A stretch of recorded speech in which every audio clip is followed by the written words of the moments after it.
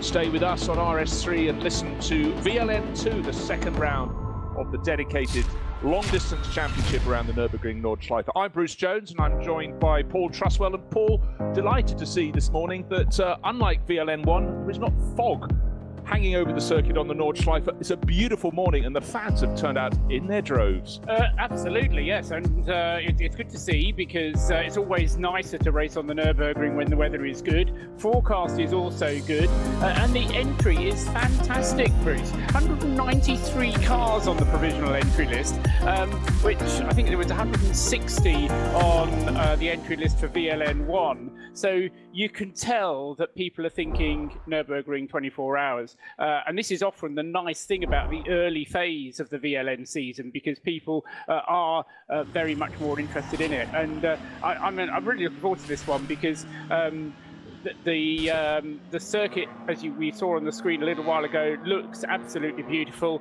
It's a great entry, and we're going to get a proper 4-hour race this weekend, as opposed to the last one, which was 2 3/4 after the delays and things they had earlier on. Yes, it feels like you've gone out for a run and never quite hit top pace, because all your plans before an event are aiming for one thing, and then when they're interrupted, they're delayed at the start, and you don't get into your full gate. But just touching on the Nürburgring 24 hours, of course, massive focus for a lot of these teams, but just the fact we've got KCMG, for example, concentrating now on this championship, even removing themselves from other racing series to focus more and more on the Nürburgring. So great to have teams from the Far East coming out to play, and fans all over the world like to see those GTR Nismos, don't they? Fabulous things. It's a funny thing, because beginning of the year, when the VLN announced this change to the BOP, and reduced the SP9 cars, the GT3 cars, by, what was it, about 5% of power,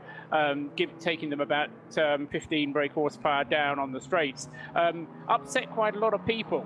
And the Wochenspiegel team, Monschau team for the Ferrari, Rinaldi Racing, decided they didn't want to play anymore. So they actually kind of extricated themselves from the VLN, and there was a lot of doom and gloom around. And yet, as you say, KCMG is showing an interest. You've got Hyundai coming in with the Veloster, running as a new TCR class car. That's going to run as SPX rather than a TCR class car. But I think that's going to be nice and exciting as well, to see how much interest there is in the VLN still, despite all the little tweaks and changes that have gone on. Yes, when I'm trying to think which driver in particular was really throwing the toys out of the pram about as early on, but it settled down, and as you say, 193 on the provisional entry list, more than 20 GT3 cars at the front end of the field, SPX in there as well, as you mentioned. But just looking down the list, absolutely fantastic entry. And we've got a little flurry of rain has just arrived as the cars are going around on their formation lap. And talking of going around, we've had a spinner, but spinner not a sinner, managed to get it going again. That was number 285, which is a Manheller Racing Toyota GT86. No damage done, but in fact, looking at the shots, it looks like the temperature's come down as well. I was trying to work out if that was rain that was almost snow. It was the Miltech Motorsport GT86 going around. But again, with slightly long shots, suddenly what had looked a glorious morning in the Nordschleife is now looking a little bit trickier. Already, of course, the start drivers in their cars going around to the grid, but on the Grand Prix loop, not the full Nordschleife bit, that is where the rain is falling. We'll look at cameras further around the circuit, but it's hail. It's turned to hail, so that will give you a guidance as to the fact it's just on the warm side of snow. But as Paul, you've been to the Nordschleife many times, you get many sorts of weather. In fact, you were even staking it out last weekend. I was doing my homework last weekend, yes. For other reasons, I was in the area, and it seemed an opportune moment to go down and avail myself of some tourist laps. Quite a bit of the circuit's been resurfaced, not since I last been there. I think the whole place has been resurfaced since I was last there, because that was about 20 years ago. But coming through the Hatzenbach and down towards the Fuchshole, there is some new surface down there. But you're right, the weather can be very fickle in the mountains. I said earlier on that it was bright sunshine. We saw bright sunshine. The forecast is for continuingly changeable conditions, actually, for the rest of the afternoon, with some possibility of some sleet, and as we saw, some hail there on the screens a moment ago. Now, I think, hopefully, the problem is with weather like this is that because temperatures are fairly low, the temperatures are barely 4 degrees centigrade, so fairly low temperatures. So any moisture which does come down is going to mean that there's very little grip around, and really an opportunity for people. Another car off on the inside on the Grand Prix loop there. Car 91 shared by Friedhoff's Alex and Max, but again, these cars are going back on the circuit, but it just shows early in the season, early in the lap, early in the day, maybe they're trying to compress all the sorts of weather you might have in the Nürburgring 24 hours into this 4-hour race. But whereas 2 or 3 minutes ago we saw rain coming down a little more heavily at the kink, going down effectively behind the paddock, it's light rain rather than heavy rain. That's easy for me to say, though. But, number 91 did actually suffer some damage, and it looks so it's cracked against, this is the Porsche we're talking about, the Friedhoff brothers' car. Left-hand side rather tattered. Looks so that's actually clashed with a tyre wall rather than another car. Yeah, some smoke coming as well from that front left, but I think it's probably just where the bodywork's rubbing against the tyre as opposed to any damage to pipes or radiators up at the front of the Porsche there. But yeah, it's not the sort of thing you want to do at the beginning of a 4-hour race. So the Friedhoffs will possibly just be coming straight back into the pit lane. This is on the Grand Prix loop, so they can come back into the pit lane, and this is still opportunities for them to work on the cars in on the grid. But yeah, I don't reckon the track is getting wet at all. I think the main issue is cold tyres, Bruce. Yeah, no, I would concur with that. I keep staring at the screens trying to work out if it's actually just changing to snow. Yeah, but it's water. Yeah, water coming out of the side of the number 91 Porsche, so that's not good. You thought it might have got away without snagging a pipe, but I think a little bit of compression to the front end. Let's just talk you through the front qualifiers. Fastest car was the Monteplast number 29 Audi, shared by Christopher Mies and René Rast. Just a whisker. Who set the time. Exactly, just a whisker over 8 minutes. 8 minutes, 0.076 seconds. Cars still leaving the pits. And that put them just slightly clear of the Falcon Motorsport BMW, shared by Peter Dumbreck and Jens Klingman. And keeping the variety going, Car Collection put their Audi with Frank Stippler and Pierre Caffer third on the grid. And Stippler's going to be a busy boy. He's also down to drive the car that qualified fifth, which is the Phoenix Audi. So it was Caffer who qualified the number 32 car, the Car Collection car, and Stippler was in the Phoenix car during qualifying earlier this morning. So Stippler finishing up 4th and 6th, but it was actually the 6th place car that Stippler was driving. Pierre Caffer, another Nürburgring specialist, going very well indeed in the Car Collection car, which I suspect is going to be predominantly Fred Vervish and Pierre Caffer, and I suspect that Stippler will concentrate on the Phoenix car. For there are only 2 drivers down on my list to drive the Phoenix car, in addition to Frank Stippler, Vincent Kolb being the other driver. Other manufacturer variety, a Mercedes in 6th on the grid, the HTP Motorsport car, Maxi Goetz, Christian Hernadel and Lance David Arnold. Conrad Motorsport Lamborghini, so often a feature in the last year in particular, with car number 7 that is, and that's got Michele Di Martino and Tom Coronel. So plenty of variety there. But BMW looking strong, and 12 months ago they won VLN 2 at Rover Racing. Conor De Filippi and Jesse Krohn. De Filippi was on good form, finishing 3rd in the opening round this year, so still got a handle on the circuit. But I think a big factor today is simply going to be what sort of weather comes our way and when. Yes, I mean, I think one of the good things about the VLN 1 race, Bruce, because it was this 2 3/4 hours compressed event, was that it meant that the team's normal kind of strategy was thrown up into the air a little bit, because they're used to the 4-hour races. They're used to it being a 3-stop race. They're used to it being, let's say, 28 laps, because normally we get about 28 laps in 4 hours.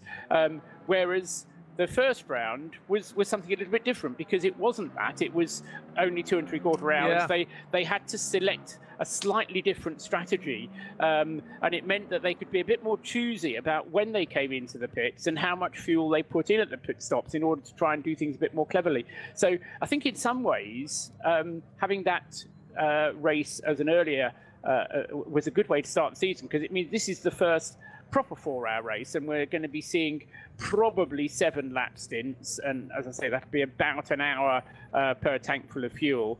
But of course, remember the rules in VLN: the longer you go on your tank full of fuel, the longer you have to spend in the pit lane. That's the way the regulations define the minimum pit stop time. So the pit stop time is dependent upon the stint that you've just finished, except for the final pit stop, which is dependent upon the distance to the end of the race. So we'll see how that one pans out. And as I say, it is going to be 4 hours. Bruce. Weather report, important to have people on the ground out among the trees. It is actually snowing at the Nürburgring. Thank you very much for David sending that over on Skype.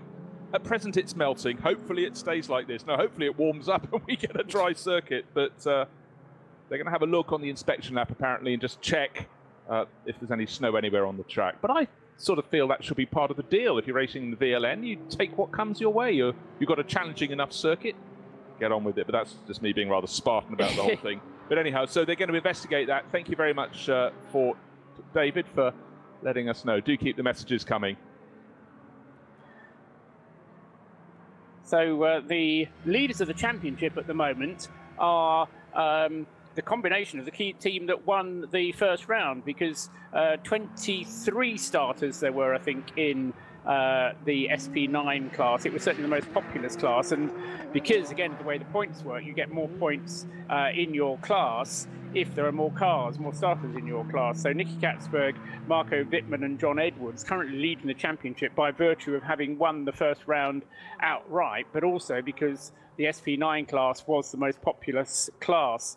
That is not the case in this weekend's entry list, Bruce, because I think it's the BMW M240 Racing Cup class which is the most populous this time, which is the Cup 5, he said. Yes, I'm quickly shuffling papers to find the nomenclature. Actually, no, there's 22 in Cup 5. There's 27 cars in the V4 class. So within the V4 class, that is the most populous. And so that will be scoring the most points if you can win that class. That's for the 2 to 2.5 litre production cars. Effectively, BMW 325i's, that sort of fills that class. So, ready for kickoff at the top of the hour, and just again waiting live shots to see if we can pick up snow anywhere else around the circuit. But earlier in the day, when it was sunny on the grid and everyone was thronging around, people sitting in the grandstands, not having to huddle up, it all looked quite good. Coffee in hand, just taking in the sights, and no sounds at that point, but just the scenery at the Nordschleife, waiting for it to kick off, and suddenly the images are rather grey. More people seem to be wearing black jackets up and down the pit lane, and the whole demeanour appears to have fallen away somewhat as we prepare for this event. But hopefully we'll get the full 4 hours, and very, very much looking to that. So 12 o'clock Central European time, 11 o'clock if you're listening in the UK, or the top of the hour, effectively. Top of the next hour, wherever you are on the planet. So just over half an hour remaining. Unless you're in India or one of those places. Oh, yes, the half-hour difference. Have a half-hour time difference as opposed to a whole-hour time difference. Yes, I very nearly got caught out by that. Right in the southern tip of Argentina, there was a half-hour time change, and I'd been around for ages ahead of waiting to catch a coach, and I very nearly missed it, despite a sort of 5-hour standby. And, well, the other car that I wanted to pick out, we were talking about it a little bit over breakfast, Bruce, is the other car running in the SPX class, the 52 numbered Black Falcon Mercedes. It's got Adam Christodoulou, Thomas Jaeger and Dominic Baumann as the driving strength, but they're running as an SPX class car, despite the fact that it's a GT3 Mercedes. So it's a GT3 Mercedes, but not as we know it. Is that? But not as we know it. Yes, quite. All I can find out is that they are testing some parts that are not homologated, which is why they're not running as a GT3 class car. Now, this is me now speculating what that could possibly mean, but it doesn't make any sense at all, to my mind, to be testing things for 2020. At this point in the season, what you want to be doing is to test things for the Nürburgring 24 hours. And so I suspect that whatever Black Falcon are up to, they've got an eye on the 24 hours. And as far as the car homologation is concerned, I think that can only mean tyres. So it may be that they're running tyres which are not in conformity with the VLN regulations, and therefore they will have a little bit more flexibility, and they'll be looking at how these tyres wear over a full hour stint and how they perform relative to everybody else. Now, conditions clearly not very suitable for testing tyres because it's freezing cold. But anyway, it will be interesting to see how the Black Falcon Mercedes goes. Chris Delulu qualified the car 9th quickest on the grid, so he'll be lining up on the 5th row of the grid.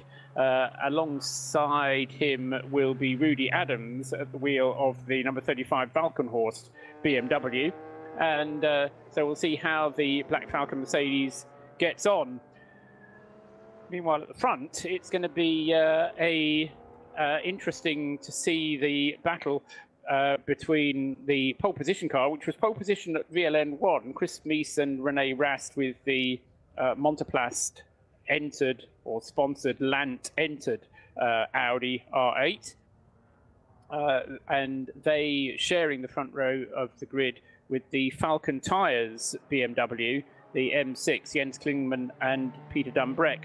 Falcon Tyres sometimes very suitable for Nürburgring type conditions, aren't they, Bruce? Yeah, you suddenly see, and also what's great is that they run 2 different makes of car, and if it's working on both of them, that really is the proof of the pudding. But just one thing a little bit interesting there, Paul, I was just looking at a long shot down to the starting grid, thinking, yes, it's definitely snow, and then I saw it actually not falling, but rising in front of the camera, because I was trying to look for wind conditions. In fact, almost no wind at all when you look at the marshals standing at the side of the circuit with their yellow flags to guide people left or right. Their flags are absolutely at a standstill. So a little bit of blustery weather, maybe just around the end of the grandstands there over the start-finish straight. But so the encouraging sight is the fact that we have a whole gaggle of cars waiting to get into position. Krone Racing hidden among the runners, car number 78, which is a Porsche. Tracy Krone, and of course, if you have Tracy, you have Nicholas Jonsson. They've driven together for, what is it now? Is this the 15th season? Oh, yes, something like of that yes. ilk. And they're racing in the SP7 class. So again,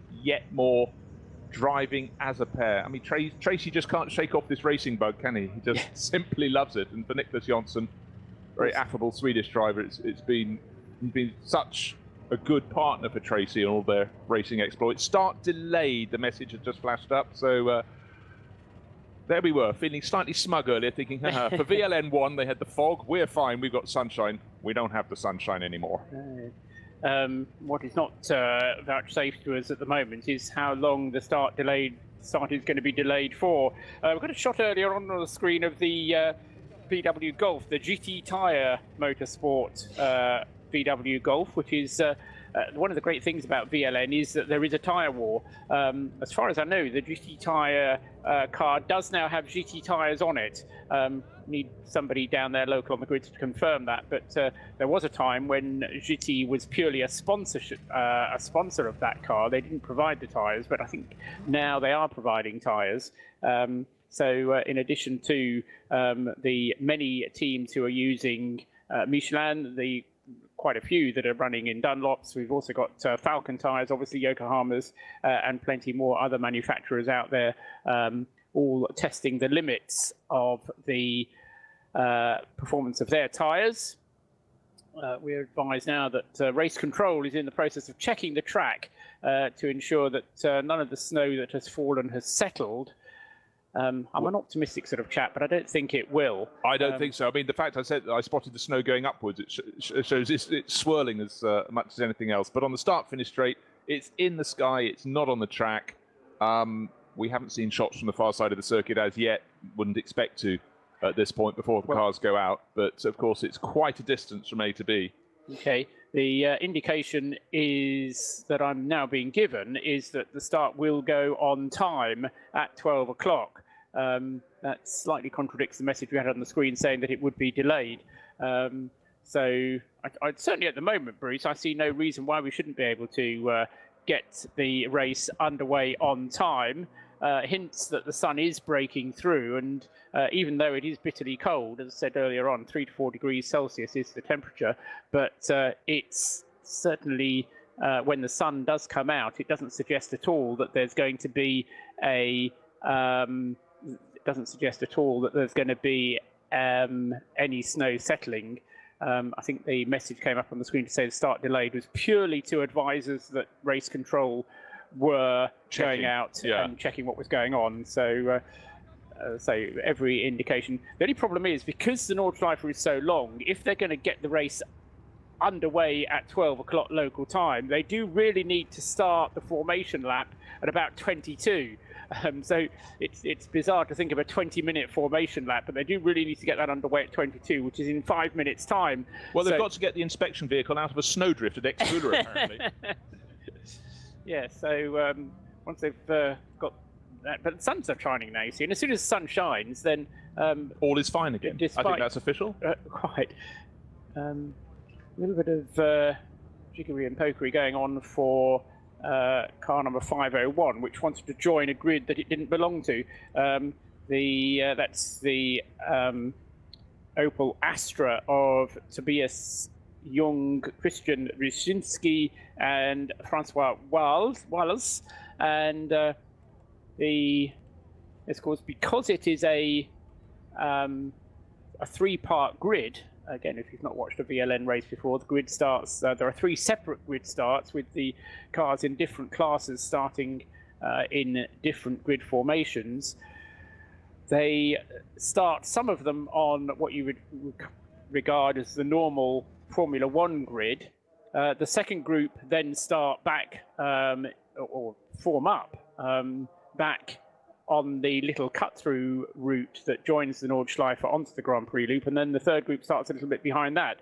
They set them off then behind 3 separate safety cars and start eventually some 2.5 minutes between each starting group.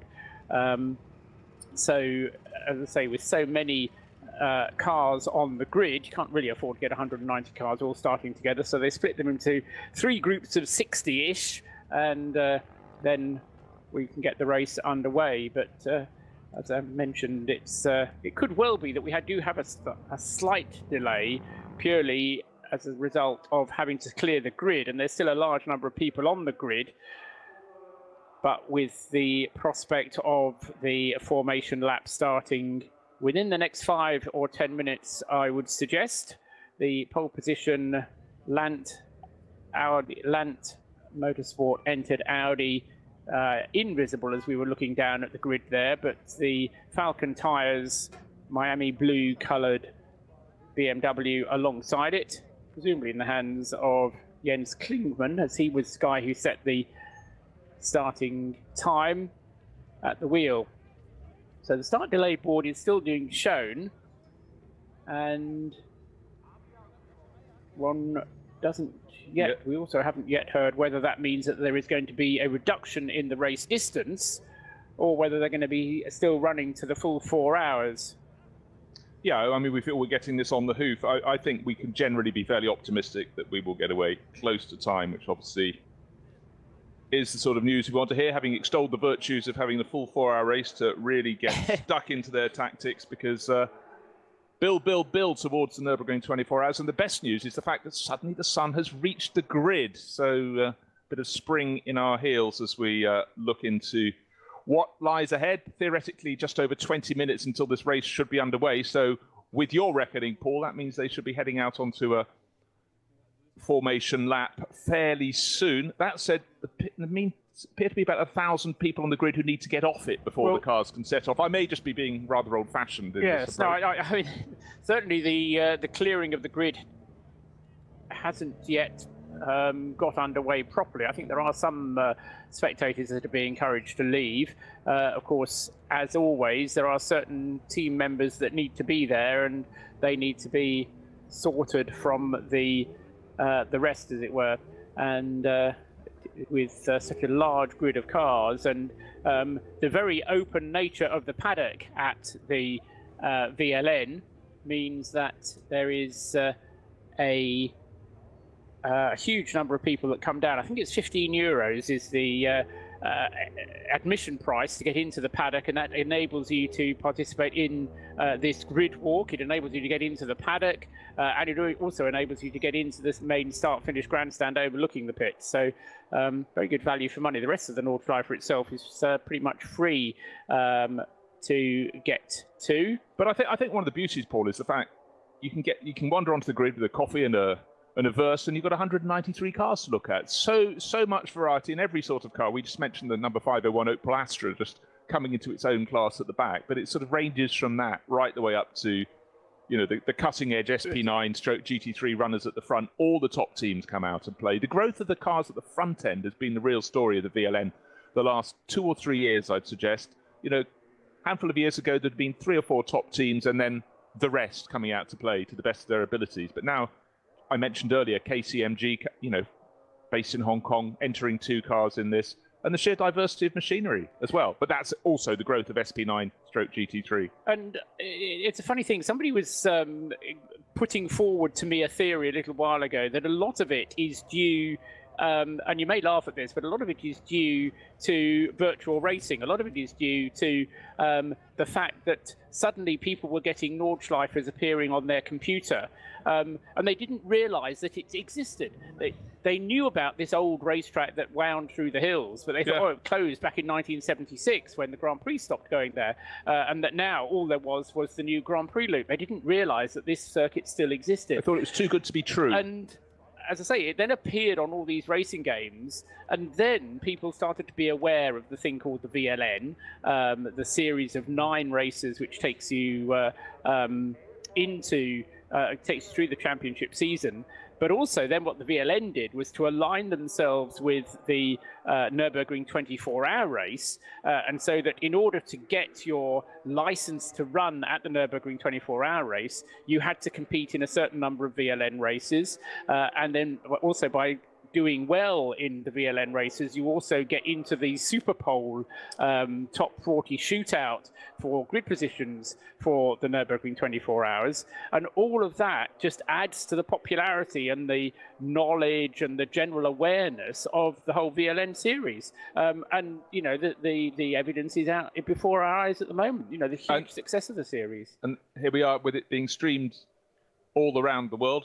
Running an RS3 today. Very busy weekend for Radio Show Limited. Friday, Saturday, Sunday, it's go, go, go all around the globe. But hopefully for us on RS3, we will be go, go, go here at the Nürburgring very soon indeed. The start was due to be about 16, 17 minutes from now. May not be the case. It may be slightly delayed. And if you're just dialing in, just starting to listen to the broadcast, we're not going to get away bang on time. There's been a flurry of, we thought at first rain, a few cars going for rotations, but then it turned out to be light snow over the Nürburgring, not settling on the start-finish straight, and now people are being encouraged to leave the grid, and that in itself, Paul, is an encouraging sight, not just because we get to see. Alles begann mit 2 Freunden und einer Vision. Unsere Initialen stehen für Qualität und Fortschritt. Wir schaffen den Technologietransfer von der Rennstrecke auf die Straße. Wir fertigen Gewindefahrwerke, Sportfedersätze, Stabilisatoren, Distanzscheiben und Gewindefedern zu 100% in Deutschland. Wir arbeiten mit Herzblut und Hingabe für diesen einen Moment. Wir sind Motorsport. Wir sind H&R.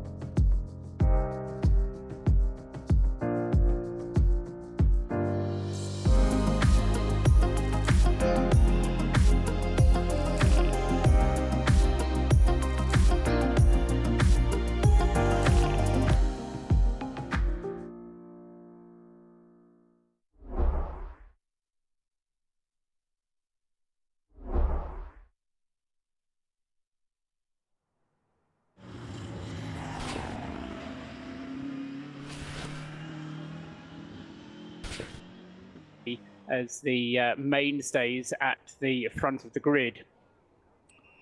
So it seems I have to keep giving you weather checks now, just as they're about to get going. What's arrived on the start-finish straight? Snow and a bit of wind. Wind coming from the northeast. More of it as well, I think. Much more of it. This is as heavy as we've seen at any point. We don't know, because we haven't got cameras at the far end of the circuit, how hard it was snowing there to start with. We were feeling quite confident. People still being cleared from the grid, but the drivers largely will be closing the doors unless they're worried about their windows steaming up, because they want to keep what vestige of heat they have in the cockpit inside. But now we've got, yes, up on the Grand Prix loop, we have the snow coming in and with wind as well. So suddenly things going backwards rather than forward. But we've had no further message saying they're not going to set off on the formation lap. In fact, passenger getting on board the Porsche sitting in front of the grid. Just waiting for the driver to get on board as well. So it looks like they're going to head out and see what's out there. But I don't want to second guess that. We'll have to wait and discover exactly what is happening. So this one's swung back and forth several times, Paul, ahead of the start. And as you say, it's not unknown for this kind of weather. You're fairly high up. You're about 2,000 feet up in the mountains here. So whilst you may just have a rain shower down a little bit lower down in the valleys, it does turn to snow further up. But as we keep repeating, the problem is not necessarily the snow in the air. It's whether it settles on not just the track, but also on the runoff areas alongside, because that's where all of a sudden it does start to become a danger when you have runoff areas, and there are few and far between anyway at the Nordschleife. But if they've put a runoff area there and it's got either snow or ice on it, then it ceases to have any purpose at all as a runoff area. So they'll, I think that's going to be the main danger. Yeah, and for all the drivers of any experience of racing in cold, wet weather, they need to stay off those curbs, because while the track might be dried, if it stops snowing, that any moisture sits in those curbs, and hopefully they're not often used. But when you do, you suddenly find you just don't have the grip that you would have had on the track, and we will have gyrations. We've already had several cars spinning on their outlap just to go around the Grand Prix loop to come to the grid. So really, that was in the three-mile section early on. Plenty of space, plenty of runoff there, but we had a few cars going around. The number 91 Porsche had a smack on the side and was leaking fluid. That was shared by Axel Friedhoff and Max Friedhoff.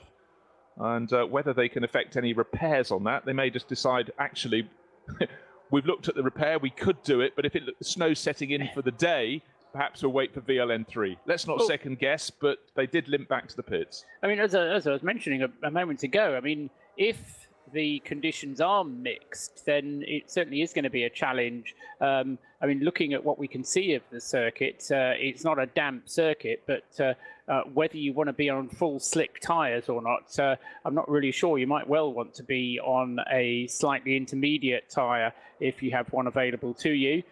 On the other hand, a particularly soft race tyre might actually be the best thing to get heat into the tyres. And if there is no standing water out there because the snow is merely being blown away from the circuit, it might not be affecting the race surface very much at all. But still waiting for clarification as to what is going to happen. Cars are pretty much ready to go now, but of course they will be on slick tyres, for that is what they were set to be on. So we're going to have to wait and see, Bruce. Yep, listed as 12:15 local time race start. The camera's on. Oh gosh, just as they were about to looked all set to leave the grid, looking down the run back to the pits is suddenly the long shot is more white than scenery. So the snow is really falling on the run towards the Bremskurve at the end of the long straight. The run from Nürburgring village effectively back to the modern complex, and it is now just arriving. That same flurry has arrived at the back end of this 190-car grid. But still, people looking to the front of the grid to see if there's any further signal. Further back in the second batch of cars, Paul, I noticed still quite a lot of people hanging around. So they haven't been hurried off the grid. So there's a lot of waiting, a lot of listening, trying to work out when exactly this is going to be underway. Still listed as a 12:15 start, but I have a sneaking feeling that is going to keep changing. That said, the backside of the Grand Prix circuit, the low area behind the paddock, the kink, hardly snowing there at all. So it's just arriving on the wind. The higher ground, maybe the lower parts of the circuit, might be okay. But again, whenever shown a long shot, the sky cannot be seen because the sky is white. The sky is just hanging there. But this is the issue, isn't it? Because it's already well delaying the start, but you get the race underway, and then there's going to be another flurry. There's going to be another belt of this very light snow. I mean, it does look spectacular because of the way that the cameras are set up, but it's, as I said before, it's not sufficient, to my mind, to actually wet the circuit. I mean, we can see the track, and it looks bone dry to me. It will be very slippery, but it's not wet. Driver's just been shown aboard again, and I just want to reiterate, I said the sky was white, but what I mean by that is the fact that it was a very long shot. So if you're shooting from the side across the circuit, but not taking a long shot, just a regular shot, it's not snowing as much, but it's definitely snowing. It's not big flakes. It was only one step up from rain. We saw it metamorphose from rain to snow.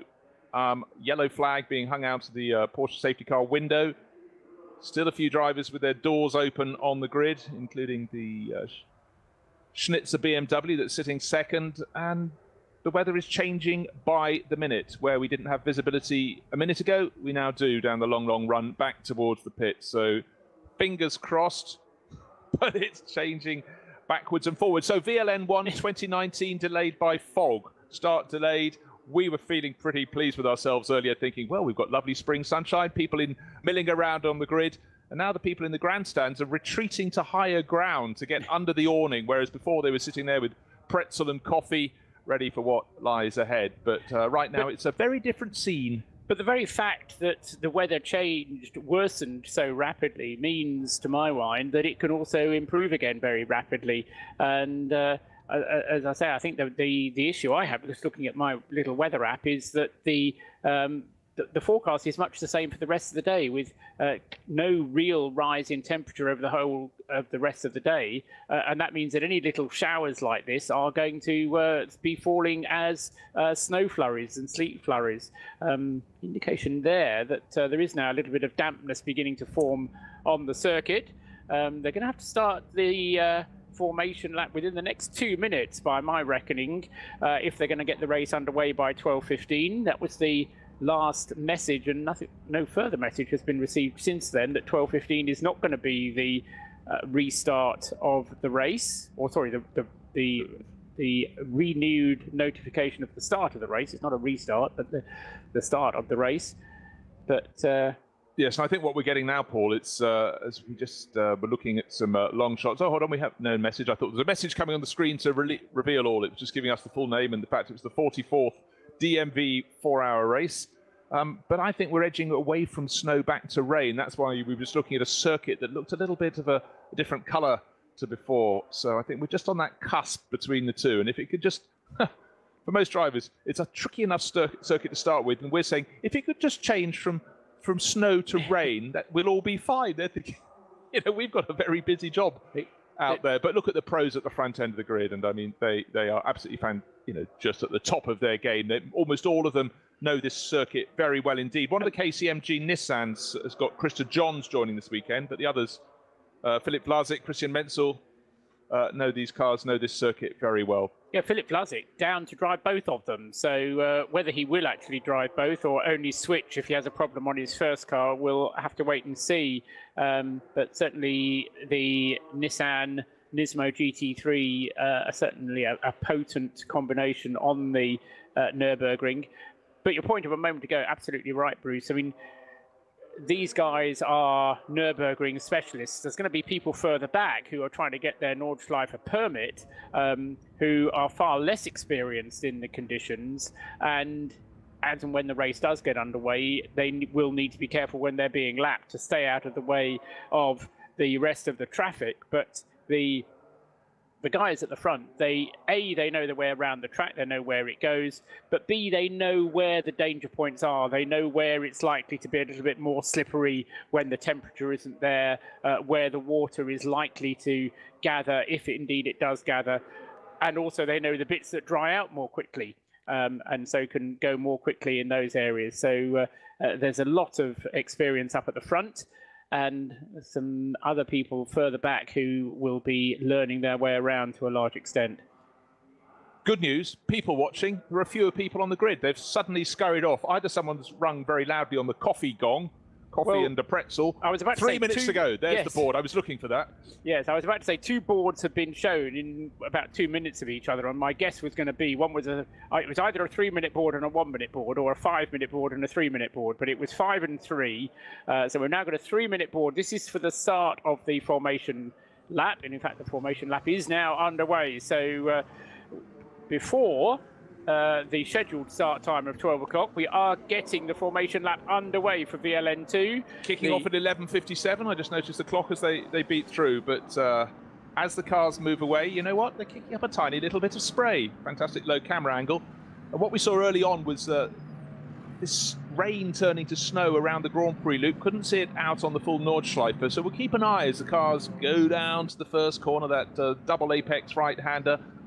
Of course, they're being led around slowly. They're being very, very ginger in their driving style, just keeping lightly on their toes. Around the full Mercedes arena, which is the full part of the Grand Prix loop, which is not the same part of the circuit as they would use for the 24 hours, but it is the traditional VLN circuit, the full Mercedes arena, but then they cut through halfway down. They go right where they'd normally go left, effectively, don't they? They're starting to drop down the slope, nowhere near the hairpin at the bottom of the hill, but they come out of the Mercedes arena, short, stabby little straight, and then off to the right, and then down the dip, through the kink, and then up the hill, and then they know what comes next, the Nordschleife.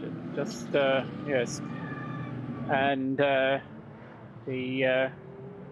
Lant Motorsport then leading the way ahead of the Falcon Motorsports BMW in second place. A problem for one of the KTM crossbows.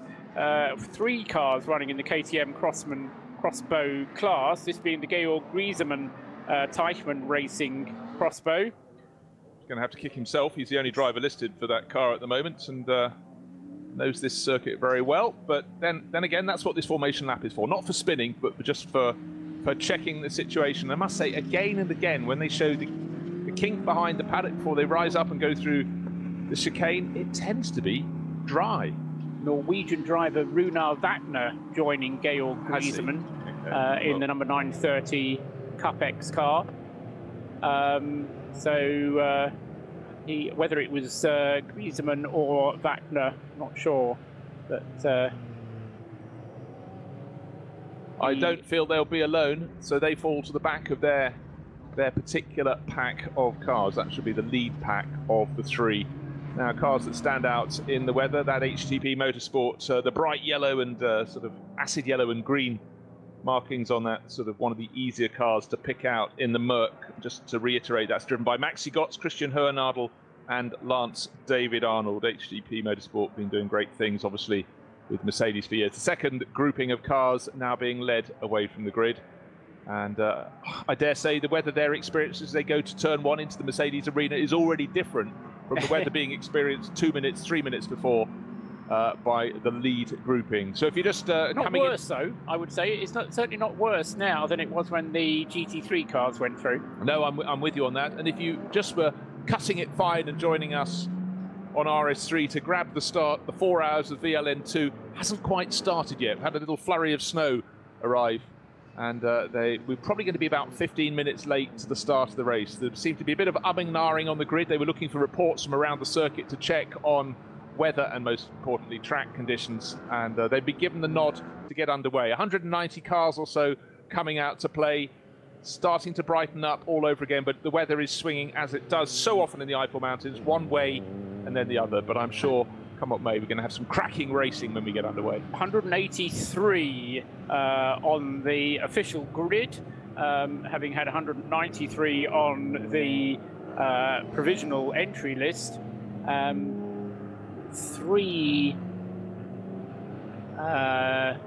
One car didn't start qualifying, but everyone else down to take part in the race, starting in 3 separate groups, and the second group already underway with their formation lap. full lap of the Nordschleife behind a pace car takes around about 15 minutes. At full racing speed, the fastest lap of the practice session, of the qualifying session, just a whisker, 0.07 of a second over 8 minutes. Quite a large margin, 1.3 seconds was the gap between René Rast and the best of the rest, which was Jens Klingmann in the Falcon Motorsports BMW. That was the second fastest car. Third fastest, the Audi of Pierre Caffer. Kelvin van der Linde was, sorry, it's not Kelvin, it's Sheldon van der Linde.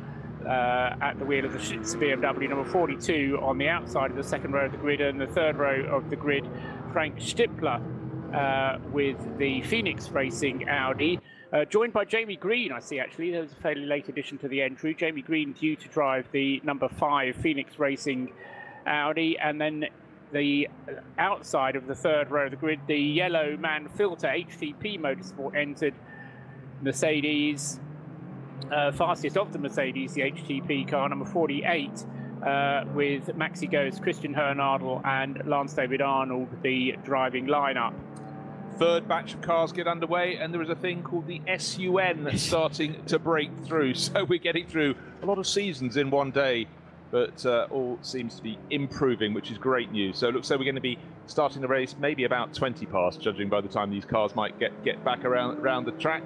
Hopefully 12:15, but whereas as recently as 10 minutes ago, when the snow was suddenly really flurrying on the start-finish straight, luckily not settling though, we thought we might have start properly delayed as opposed to just in a small way, but I don't think we're out of the woods as yet. In fact, these cars aren't even into the woods. They're about to turn left into the woods, but final batch of cars, including that inimitable Opel Manta that's been racing here for so long, tucked in among the Cup 5 BMWs, and then the tail end cars of the smaller groupings at the back end of the field sitting in. But just they're all getting their sighting laps and just seeing how it is. But as fast as I say sunshine, I can also say snow flurry, because those are still dropping at various points around the circuit. So the drivers are going to have to be absolutely on their tiptoe. Through the Grand Prix loop, though, it looks as though it's all drying out. But let's throw this into the mix. Paul keeps mentioning it, and quite rightly so.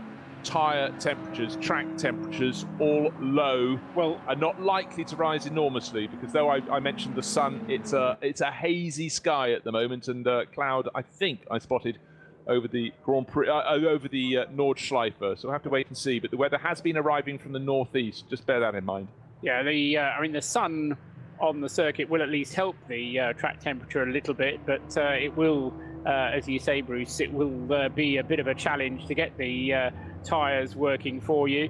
And of course, you can't afford to weave too much in conditions like this, because otherwise you're going to end up, as a couple have already, having spins on the formation lap. I mean, never mind about 4 seasons in one day. It's 4 seasons in a single formation lap, as the final group of cars in the very highly populated classes. The V4 class, we said earlier on, not 27 cars on the entry for them. 22 cars entered in the Cup 5 class. The Cup 5 class being for the new BMW M240i Racing Cup. This is a new class for this year. It was the M235i last year, you'll remember, but the 240i, which is the new spec of BMW, it's still a 3.5 litre car, but BMW just chooses to call it BMW M240i.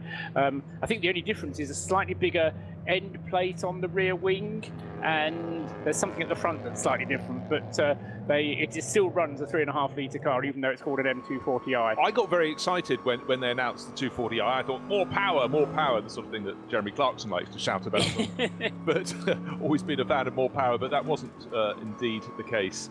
But yeah, but it's been such a success since they launched that, and our only concern is the fact that the vast majority of the cars all were painted in the blue and orange of one particular team, and wherever you look, they seem to be not helpful. There'll be 3 of them in a 5-car pack, so from a totally selfish point of view. Just let's give you a clue as some of the camera cars going around the circuit at the moment. It's car number 2, which is going to be carrying one of the cameras. It's the Get Speed Performance Mercedes, shared by Philip Ellis, Fabian Vettel, Jan Seifert, and Christopher Brook. car 57, which is an SP7 Porsche from the Black Falcon team. That will be carrying another one of our cameras. We like to have them liberally sprinkled around the field. And in fact, as we look through its windscreen, it appears to be grey but dry out of the back part of the circuit. They're going around Exmüller towards Bergwerk, and in fact, not quite that far around. But waved white flags from the marshals, of course, slow-moving vehicle. That's what they'd expect on at the front of the field as they're going around. Very, very important sighting lap. I mean, in regular dry conditions, Paul, a sighting lap, just to remind them, there are quite a few corners on the lap, but this time it's where is it damp? But actually, it's all looking pretty fine, I'd say. I think the problem is, for them as much as anything else, yes, they can say, oh, yeah, it's fine this time around, but by the time they get there in about 10, 12 minutes' time, when they're going to be racing, it could well have changed, and that is what makes life so difficult. And what really shows the class of a good Nordschleife specialist.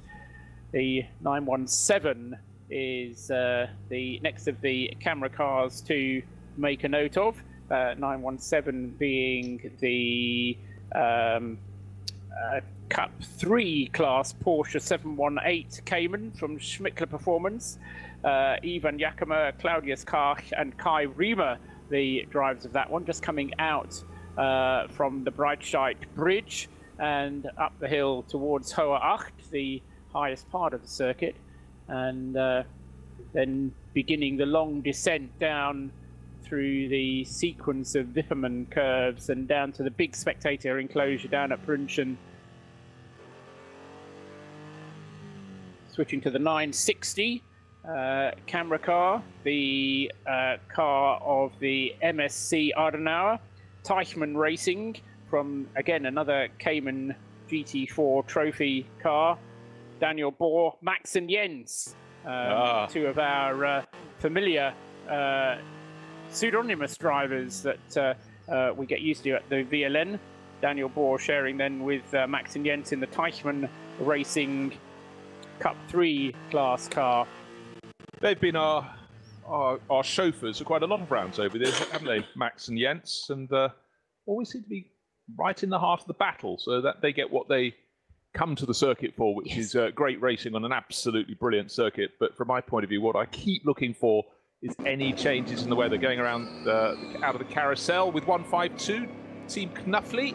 Again, that's one of our camera cars. That's out of the Black Falcon stable. Black Falcon based just across from the circuit. An SP8 class, sorry, an SP8T class car, a turbocharged Mercedes GT4, and I suspect that is a proper GT4 class car, but with something different, because Black Falcon and GT4 doesn't quite mix with the SP8T class otherwise. Norbert Schneider, Mehmet Mustafa Kaya and Christoph Hoffmann, the drivers of the Knuffy Black Falcon Mercedes GT4 class car. Maybe that one's running the quad turbo car from 2020. Quad turbo ground effect, it's got the lot. You were talking, just as we go around, you were going around the Nordschleife last weekend, and comment you really struck a chord with me when you said that when you used to go and do it, you went around, everyone turned up in cars a bit like whatever you were driving. It's serious business now. When you see people trailering their cars to the circuit, but these aren't just any cars. These are cars that are made to really, really perform. So it's not just idle tourists like you or I. No, you still can. Absolutely, and I think that was part of the pleasure of it, was whilst I wasn't necessarily concentrating on racing lines, but I was sharing a track with full house Audi R8s, with GT3 Porsches, we got overtaken by a 488 Ferrari. I mean, I overtook a Golf. Did you? You've let yourself down, Paul. I overtook a Golf. But that was the only overtaking move that I managed. But no, but what also I was reminded of is the severity of some of the curbs. Some of the curbs you get on the Nordschleife itself, particularly after Brunchen, coming out of the ice curve into Pflanzgarten. That's where the curbs are very substantial indeed, and they're half a wheel arch high. You know, you don't want to be getting onto those at all, because they'll completely knock the car off its racing line. And it's something that obviously when drivers of the front end cars are coming through and lapping, they've really, really got to pay attention, because as you say, what a great description, half a wheel arch, thump, there goes your suspension, tips the balance of the car, and you're going to be shoveled across to the other side of the track. And on the Nordschleife, that's not very far, but it's enough to cause you all sorts of bother. One thing I want to pick out, Paul, just as while it's quiet before we get going, is you have to go through the entry with a fine-tooth comb every time to find names if you might have just overlooked them. But I noticed Mehdi Banani, who races in the World Touring Car Championship, he's having a go. He's racing in the Cup 5 class, and there are so many little cameo roles. And in fact, it did rather make me laugh looking at one of the camera cars with the graphic. It was number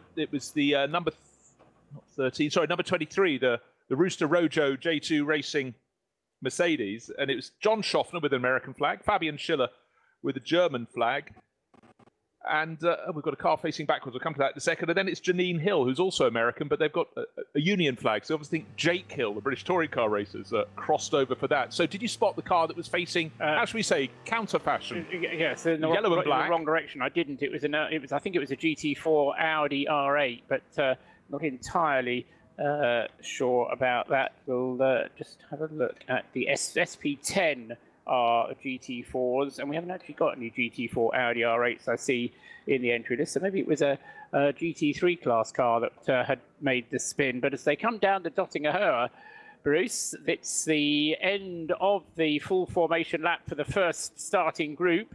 Glorious sunshine.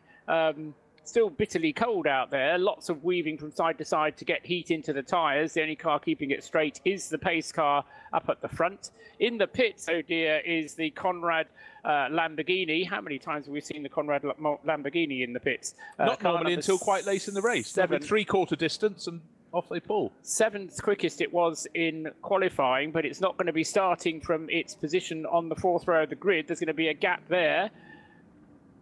It's going to be the Lant Audi against the Falcon BMW, and then the red car collection Audi, the number 32 car, with the Schnitzer BMW just behind it. Kelvin van der Linde, car number 42, or Sheldon, I've done that before. Yeah. Sheldon van der Linde, the driver who qualified it, as they come into this final section after the Antonio Spucher and into Tiergarten. What I had forgotten is quite the extent of the hill you have to come up at the end of that little portion. 2 GT3 or SP9 class cars, we call them here, in the pits. Phoenix Racing, the one we mentioned, Jamie Green, should have been on board. That should have been starting 5th. That is also going to be taking the start from the pit lane. So a fair bit of shuffling, but what we can tell you is the Monteplast Audi is on the inside of the front row, and the turquoise nose of the Falcon Motorsport BMW alongside. I wonder if those cars are in the pits on a different tyre, more suitable to conditions. But for my money, Bruce, this is slick tyres conditions. It certainly is. So interesting. The cars at number 5 should have been starting 5th, and number 7, rather kindly, should have been starting 7th, starting from the pit lane. But it's Monteplast Audi from Falcon Motorsport BMW, Car Collection Audi, Schnitzer BMW. They're the first 4. Brilliant getaway from the Monteplast Audi. Puts its nose in front, the whole car length in front. The BMW tucks in behind. One of the KCMG Nissans dives to the pit lane as well, also looking for a change of rubber, but the hammer was well and truly down in the Monteplast pole-sitting Audi, and the Car Collection Audi trying to go up the inside into turn 1. It's not going to happen. BMW takes the lead into the first corner, but hasn't got a whole load of braking done, but in fact sweeps around the outside through the right-hander, and the Falcon Motorsport BMW, obviously very, very brave on what is clearly still a slightly slippery track, takes the lead. The Falcon tyres working extremely well then for, is that Jens Klingman, or is it Peter Dambrecht? Klingman was the guy who set the qualifying time, but great start from him. A little bit of contact there, was there, in the lower half of the top 10? Looks as though the black Falcon Mercedes, the red liveried car, that looks like it got its nose right under the tail of the car in front. Raindrops on the camera lens, sunshine in the sky. Falcon Motorsport BMW pulling well clear. The Car Collection Audi went up into 2nd place. So despite that brilliant getaway, getting the hammer right down, the Land Motorsport Audi back into 3rd position. And looks like Tom Coronel, that's not Tom Coronel, one of the KCMG drivers, brought the car to the pits. They are changing the tyres, but the driver seems to have got out and walked away. Doesn't seem terribly That's happy. the number 39 KCMG car. That was, I think it was Christian Menzel, I think, walking away. But great start by Jens Klingman, or at least the Falcon tired BMW, and he's opened up almost a second of an advantage, I would suggest, as he heads out onto the Nordschleife as the Group 2 class cars come into they're starting under their starting orders. And we've got a Lamborghini off the side of the circuit. It's the Dieter Schmidtmann Heiko Hammel Pro-Am Class SP9 car on the grass. Can't see if there's any damage, but it's not going anywhere. But cars that will be going somewhere are this second group. About 70 of them coming up to the final corner. The Nissan safety car will pull to the side of the circuit. There's a Hyundai TCR car at the front of that bunch. And the best of the TCR cars in qualifying is that car number 830. And the hammer is down for them. And again, the pole starter in class takes the lead on as they go past pit entry. But will he still be in front? Because we saw the Land Motorsport Audi doing that and not managing to be first into the first corner. It was second into the first corner and third out of the tail. So that's the Harold Prochik, Peter Turting Hyundai, which again, in the same fashion, brilliant start, gets overtaken, down to second by the first corner, might also repeat the first group and be third by corner 2. But right now it's a Porsche in front and that Hyundai, the TCR car, not as brilliant in the straight line, but we know they're absolutely mighty through the twisty bits. Yeah, I think the Hyundai actually lost out there on the second part of the Mercedes arena and has now slipped down to third, fourth, fifth place, a lot further down. Has that car, which I skipped. What I missed as I watched the Hyundai slipping down was who moved up into second place. It's the blue and white Porsche. I just want to build on that. Slip back, slip back. I don't think it's even in the top 10, the Hyundai, just waiting for it to go. But it is literally 10th position. Someone's had a spin, well, it seems, in the background, but the leader in the class doing a very good job. Flurries of snow, sunshine, the second of the 3 groups at the start of VLN. We had a start delayed by about 15 minutes, and that just seemed to whet the appetite of the Falco Motorsport BMW crew, mighty into turn 1 and pulling clear. However, the good news is that the countdown clock is showing us as if it's going to be a full 4-hour race, so we're not constrained by any curfew. As I said earlier on, 4 o'clock can come and go. This will be a full 4-hour VLN race as scheduled. Just getting underway, as Bruce says, 15 minutes or so late than its originally scheduled start time, with some snow flurries around the Nordschleife. And the prospect of those flurries to continue for the next 3 or 4 hours. We'll see what happens. It'll keep people very honest indeed as we wait for the third group to make their way up onto the end of the Dottinger Höhe and up to the start. Cold conditions, obviously, with snow in the air, but doesn't seem to be on the track. Certainly the part of the tracks we've seen, there has been contact out on the circuit, though not everybody got it right on the formation lap. And we can see a couple of tattered and battered cars. Number 616 in the pit lane. It's been given a whack up the derriere. And 616, I have to shuffle right along way up my enormous entry list. It's Thomas Overbeck, Michael Lindemeyer, the little Renault Clio RS Cup, marginally shorter than when they bought it to the track this morning. But as we ride out around the circuit, always looking for the onboard camera shots as Group 3 is about to drop the hammer and go racing. Generally, the track looks dry, but it's very, very cold indeed. So caution required when they get underway down to turn 1. We've seen some very, very brave late braking and certainly positional changes. But the best of all was Falco Motorsport pulling clear, pulling past the pole starting Audi. So Peter Dumbreck, Jens Klingmann, BMW into the front, into the lead of the race and pulling away. And now the multiple 2, 3, 4 abreast BMWs. When has it ever been anything different in VLN in the last few years? Down into turn 1. Dare say there's been a little bit of contact. The car that started about 5th in class has been given a bit of a shove wide, but I must say, of the 3 groups, I think they've all really been very, very sensible down at the entry to the Mercedes arena. What wasn't quite clear was the cause of that huge cloud of smoke that we saw when Group 2 did their start, because we could see, looking back, a huge cloud of smoke, which might just have been the ending of tyre smoke. But there was a lot of smoke at the beginning of the start number 2, but the BMW M240i's then having a good clean start. As you say, they were trying to get 5 of them into that first corner absolutely together, weren't they, Bruce? But it didn't quite happen. But it looks like it's the FK Performance Motorsport car number 679, which is leading the way in that class at the moment.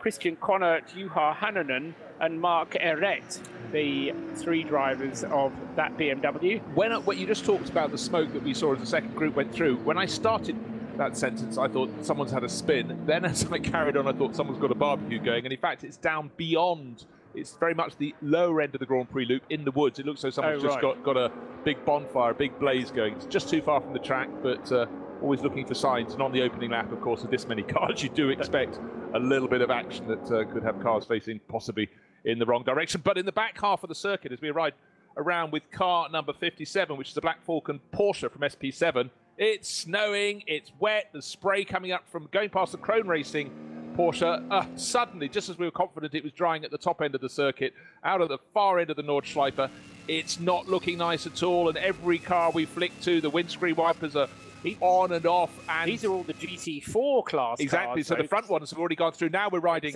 with the front grouping. Conrad Motorsport Lamborghini in front of us. That was starting from the pit, so that's picking its way up the order past some GT4 runners. Yeah, okay, so some have really, really backed off. You can't blame the visibility becoming much, much shorter. And the GT3 Lamborghini is picking its way past the GT3 SP9. I have to remember which event we're covering. So people being cautious, and I think with very, very good reason. Coming up the hill towards Carousel, and it is, as Bruce is saying, very tricky conditions indeed.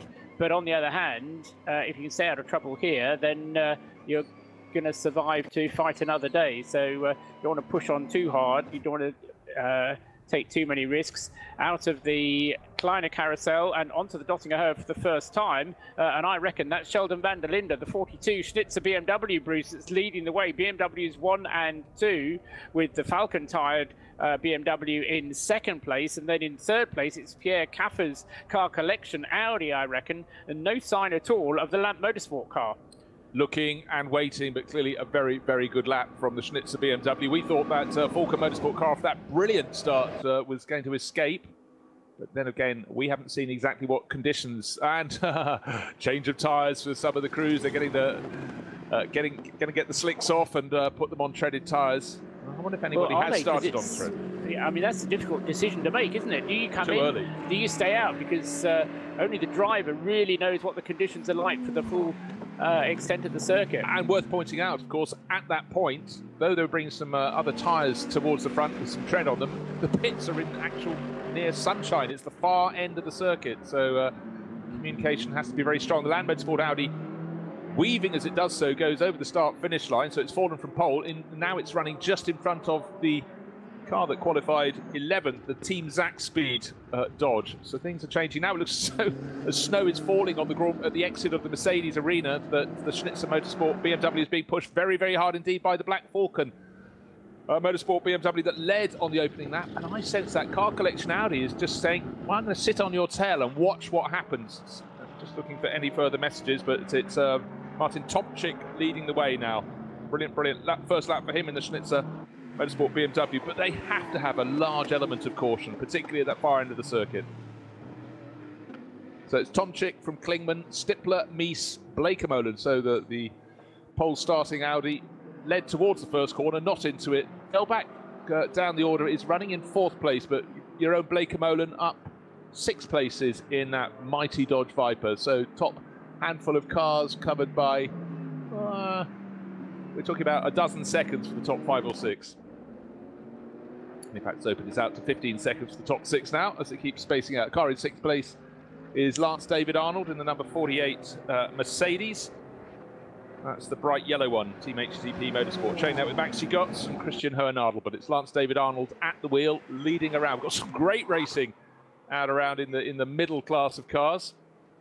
But again, a lot of caution. And when the class leaders in SP9, the race leaders, were heading down to the far end of the circuit, the section around Verscheifen, Bergwerk, I think the conditions were okay. But certainly when the second group of cars got around there, things were looking very, very dicey indeed.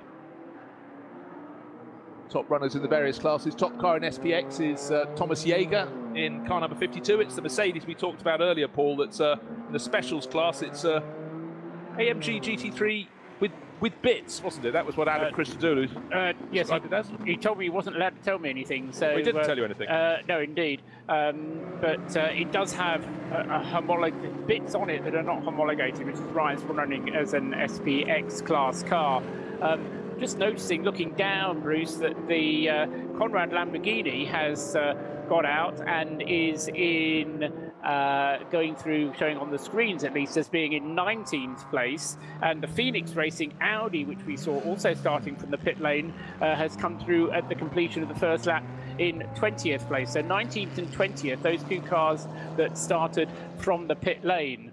And another spin from the KTM Crossbow being shown as Gail Griesemann at the wheel of it. One more and he gets the full set, the full trio of triple axles in ice skating terminology. And again, yet again, thank you to David on the old Skype service around her act. Driving under yellow flags due to snow on track. We wonder whether it will settle. It has started to do so. One of the Walkham's Horse Motorsport BMWs having running repairs, damage to the right-hand flank. It's actually the bodywork under the door, the valance, if you will. Too badly bent, but enough for details. That's been given a clout, whether by someone else, a spinning car would think, but certainly Hoeracht and beyond.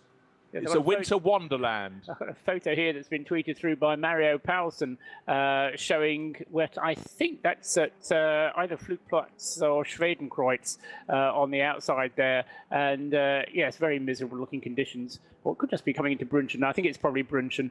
Yeah, that'll get my money from that photo. Yeah, so... great photo. Keep sending them in. Lovely photo there showing how bad the conditions there are. There are fallers, unfortunately. Matilda Racing, their TCR class Seat Cupra coming in with a very battered front right corner. May make it back, but it's clearly had a clonk against the barriers. It's got about 90% of the way around the lap, but it's limping in at about 10 degrees away from the normal angle. Just got to go up for the final sweep of corners. Can it turn in? 658.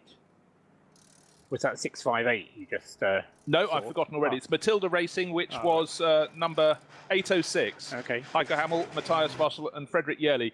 Quite a few cars from the front group having not just a change of tyres, but bodywork straightening. So it's worse than we expected out on this lap. Don't forget, they had the track inspection, then they had their formation lap. Just as they came around, it looked so they got everything right because the sun started to shine on the start-finish straight. But at the far end of the circuit, some 5 miles as a crow flies away from the pit lane, that is where the snow was really starting to fall, and it's working its way to 3/4 away around the lap, around Hoeracht and beyond. And every possibility that this isn't the final time that we're going to see that snow moving through. Lance David Arnold, did you mention he came into the pits at the end of his opening lap? Yes, I did. You did, right. Sorry, I was concentrating on other things at the time. So they're putting wet tyres onto the HTP Mercedes.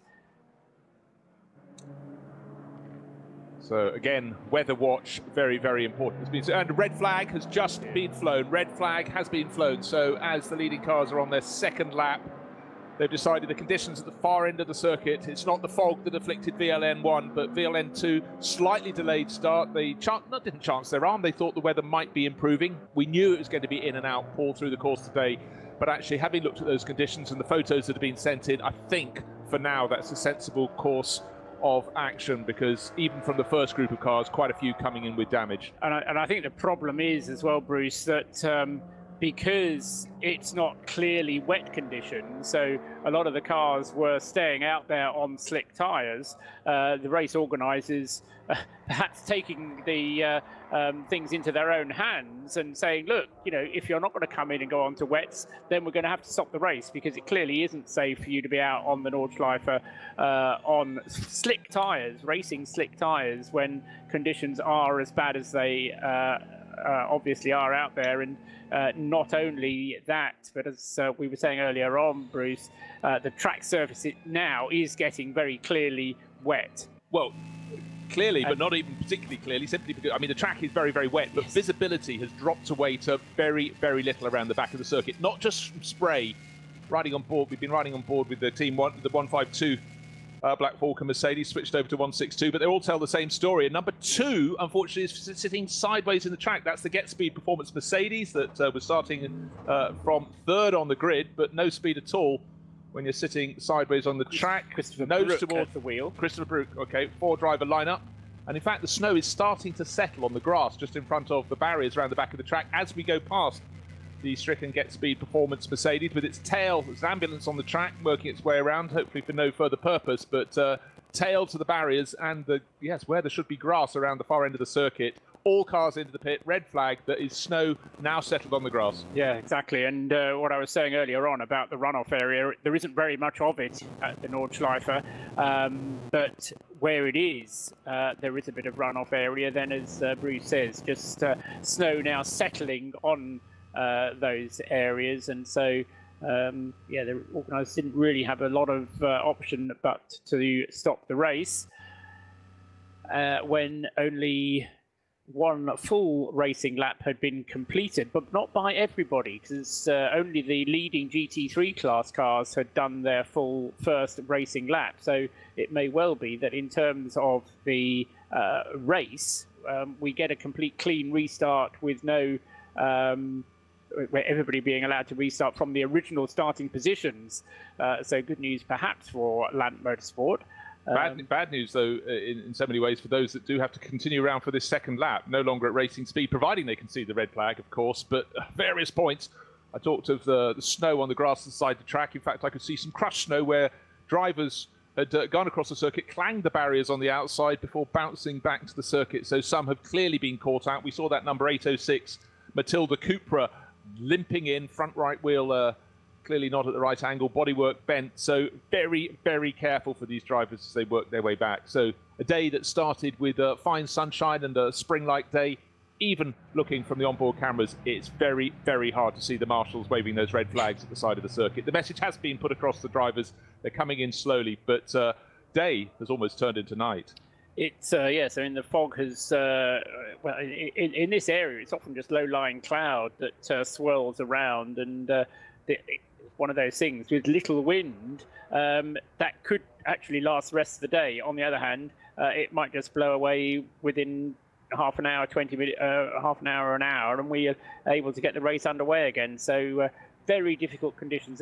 I never envy anybody who's involved in organising a race at the Nordschleife, because conditions you have to be so careful of around the whole of the circuit. But the snow, which seemed to have lifted when we actually got the start underway, has now returned with very much a vengeance and caused the race to be stopped, as the leaders were on their second lap, but with some of the cars further back not yet having completed their first racing lap. Well, the race with a graphic at the screen as we look at cars coming back down the Dottinger Höhe. Very, very poor visibility. Race interrupted is the message. We saw the red flag come out as the lead group had gone onto its second lap, but these are the cars that are now coming back very, very slowly indeed. No green grass anymore. It's white around the edge of the circuits. The Eifel Mountains can produce snow as late as deep into May some years. I've been at the Nürburgring. I remember seeing a Formula 3000 race when they wouldn't let the cars out on their slicks in the snow. I was very, very underwhelmed by all of that, and that was, of course, just on the Grand Prix circuit, not the full Nordschleife. But it does look like something, you know, I think any person with petrol in their veins would have on the front of their Christmas card, image of choice. But right now, it's a case of getting the cars out on the circuit with the red flags being waved around the full distance of the Nordschleife, back to the pits to a modicum of safety. But drivers all being very careful indeed. We have had a few fallers. Certainly, we haven't seen the Get Speed Performance Mercedes get back to the pits. That was tail into the barriers. I suggest not a heavy impact by a very brief look at things, but the scope with a combination of the Nordschleife are now pretty much a full wet track at that end of the circuit. Not so much on the start-finish straight yet, but the far end of the circuit is very, very tricky indeed. Limping home. I think the other concern, if I were race directing this, is how the conditions are going to improve, because even if the sun does break through, we're going to need a bit of a rise in temperature to get the water away, and certainly to get the snow on the grass verges to be melted. Well, Paul, you brought up a point earlier. You were talking about the few runoff areas you have around the Nordschleife. It's one thing if it's grass. If it's wet grass, it's bad. If it's snow on top, it's even worse. So over the gravel traps, they effectively cease to exist when you have this level of extreme weather. Yeah, and absolutely. And I say that would be my concern, is how good the conditions are going to have to get in order to make it able to be restarted. I mean, they can get them onto wet tyres, which will certainly be more suitable for driving, but it wouldn't. Certainly the visibility, to my mind, isn't even good enough at the moment to get this race underway again. No, we came into this event expecting flurries of weather. We didn't expect it to be warm. It's, after all, just mid-April in the Eifel Mountains. We didn't expect snow, and that certainly, I think, it's caught everybody on the hop. But red flags are being flown for a reason, and that is even as the last of the cars work their way back towards the security of the paddock, it's very, very hard to see. No wonder they're bringing them back as carefully as they possibly can. So great images if you want to just check out the live stream around the world, or carry on listening to us on RS3. The Teichmann Racing Porsche Cayman. We're enjoying the view through its windscreen, but I don't suppose the driver is particularly, A, because he wants to go racing, and B, just simply because it is so treacherous around the Nordschleife. And it really does emphasize how long the lap is, just the amount of time it's taking these cars to go back, and they haven't got as far yet as Galgen Kopf, so that it can get onto the relative simplicity of the Dottinger Höhe, the straight that brings you back to the end of the lap. It's tiptoe stuff. Again, looking at the surface. Paul, you talked about all sorts of parts having been resurfaced. This is an opportunity where you can see the joins in the resurfacing, where you can see the patches that contain the snow and the moisture from the snow better than others. But it's not just the falling of the snow. It's not just the water on the track. It's also slightly misty in there among the snow too. It's really compacting a lot of weather circumstances. The wind appears to have picked up since we came on air about an hour or so ago. Very, very difficult conditions. So yes. VLN 1 hit by fog, VLN 2 hit by snow. What's coming up for VLN 3? Yeah, camels on the track.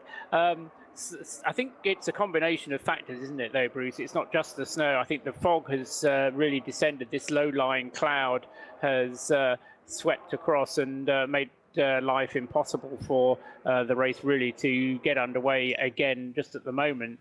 And still, I mean, you were saying this brings it home to you how long the circuit is. Cars still making their way around following the display of the red flag, 10 minutes ago, and they're still making their way around the circuit. And just double checking, there are, or there were, when the red flag was shown, still cars that were on their first lap. So therefore, this will count, if it gets restarted, as a completely new restart. It won't be a continuation. So there's not a situation in which they can have it as a shortened race. They're going to have to start it as a completely new race. And then if the race has to be shortened, then it'll be, if it gets to 2 3/4 hours. The reason the first race at VLN 1 was 2 3/4 hours, that's the minimum distance for scoring points. And so we'll have to get to the point where we can have a 2 3/4 hour race here this weekend as well, in order to make it a full point scoring round of the VLN Championship. Yeah, those might seem like technicalities, but very well picked up, Paul, because it's a huge matter. And of course, if they're in race control, they're looking out the window. They can't exactly see what weather's coming their way, because the only weather they can see is the snowstorm that's flurrying around. Up around the pit lane isn't the point on the circuit where the snow and it's right on the edge of snow and rain at the moment, isn't it? Is causing the worst problems. That's the far end of the Nordschleife, the part where you really have to hang on and concentrate, but very, very hard to see. So indefinite period of race suspension, the red flag flying here over VLN 2, and for the marshals standing out around the circuit, we applaud them for being out there in all weathers, but I think now the last car has made their way around most parts of the circuit, they can hopefully stand back from the edge a little bit and get a bit of shelter, but again, just like I thought the last of the cars were coming in, some more headlights came into view, yes, coming at about 40 kilometres an hour towards the end of the lap. Just as you think you've got everybody back, then you find you haven't got everybody back. And this, an issue as well, is going to be... I'd love to be able to send Joe Bradley down into the pits at this point, because he's got 180-something cars sitting in the pits, and there won't be room for him to move. It'll be absolutely chock-a-block down there. And though you could do refueling here, of course, if it was a Creventic race, Joe would be in his shorts anyhow. So that'll be a lovely day for Joe. But the snow sitting on the rear wing, actually being shoveled off the top, that's good to see. Not the snow, but it's the Get Speed Mercedes. We saw it tail into the barrier. Providing they haven't got two cars, and I haven't caught myself out. Just check that's number 2, or is it the sister car? I think it's the 23, that one, isn't it? Or that could be the roast. Yes, that could be the Janine Hill, John Schaffner, yes, Fabian Schiller, one of the other camera cars. which is also a Get Speed Performance entry, but sponsored by Rooster Rojo, J2 Racing. And I think that was the car that we were seeing there, the number 23 car, as opposed to the number 2, the full pro entry for Get Speed Performance. So even as the cars gather in the pit lane, you can look at their front ends, and they've got snow affixed to the noses. It's just as they've been coming in. The number 80 Porsche being wheeled backwards and forwards. That's a car running in the SP7 class. That's Andreas Simonsen, Swedish racer, Patrick Kolb and Johannes Stengel. Car undamaged, which is good to see, but snow stuck to the front and starting to settle on the roof. Of course, the car no longer moving at any speed at all, but rather pleasingly being wheeled back into its pit garage to at least try and do something to keep the snow away. It's cold, it's wet, it's trying to snow, and it is snowing at various points around the track, but it's one of those really wet snow days. Yes, it's one of those horrible, miserable ones where it gets into your bones, and yeah, with ambient temperature of only a couple of degrees Celsius and possibly less than that up in the mountains, and the dampness, it really does need warm coats and hot tea. But still, cars making their way into the Tiergarten, and well, these are some of the front runners of Walkenhorst Motorsport. Oh yes, BMW. So these are some of the lead group. Actually, on their second lap. On their second lap. But actually, frankly, Paul, I'm quite disappointed. There aren't so many people sitting in the grandstands anymore. I feel the hardiness or foolhardiness as well as the hardiness quotient isn't quite what it normally is. But of course, if the red flag is flying, that's your opportunity. Plenty of things. They might have gone off to the museum or gone to get a coffee or somewhere in that main conference or get down centre. Into the paddock, you see, because all the cars are now in the pit lane and you can get into the paddock. Yeah, still cars making their way back. Right. And only after we get them all back are we then going to be able to see what decision is made. The thing that concerns me slightly is that this shot that we're seeing at the moment, which I think is just coming off the end of the Dottinger Höhe, there has been very little improvement in the weather since the red flag was shown, and that's a good 20 minutes ago now, Bruce. So yeah. I just... But this is the good end of the circuit in terms of weather. The far end is where the snow's settling. If you look at the grass on either side of Dottinger Höhe, we can see the grass around Exmuller, Bergwerk, and that sort of two-thirds of a distance, half a distance around the lap, that's where it's settling full-time. Yes, and with the combination of the settling of snow and the fog, it really does mean that there's going to have to be a substantial improvement before we get the race underway. It's visibility that is the key factor. Exactly, if it was the track is not as wet as a full wet racy day, but it's not far off, and the snow is just on the cusp of being rain. But it's the lack of visibility, particularly around the far end, and they're doing exactly the right thing to bring the cars in, because otherwise, frankly, it would be bedlam out there. Yes, and I mean, with the temperatures so low, of course, the water on the track does become extremely slippery indeed. So cars continuing to find their way back home and into the pit lane. And to give you a guide of the part of the circuit that has better visibility, there's a high camera angle looking at pit entry. In the background, you can just about make out the race control tower. There is the bridge over the straight, and you can only just make that out through the murk of the swirling snow. So it's not a case of being a little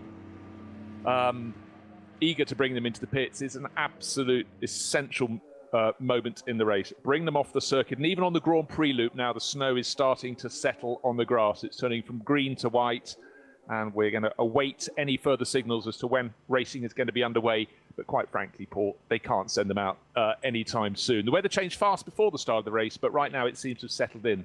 That's, as I say, you mentioned it right at the start. There wasn't a lot of wind, and times it did get gusty, but when there isn't a lot of wind, very often the cloud just gets itself into a little valley and settles there.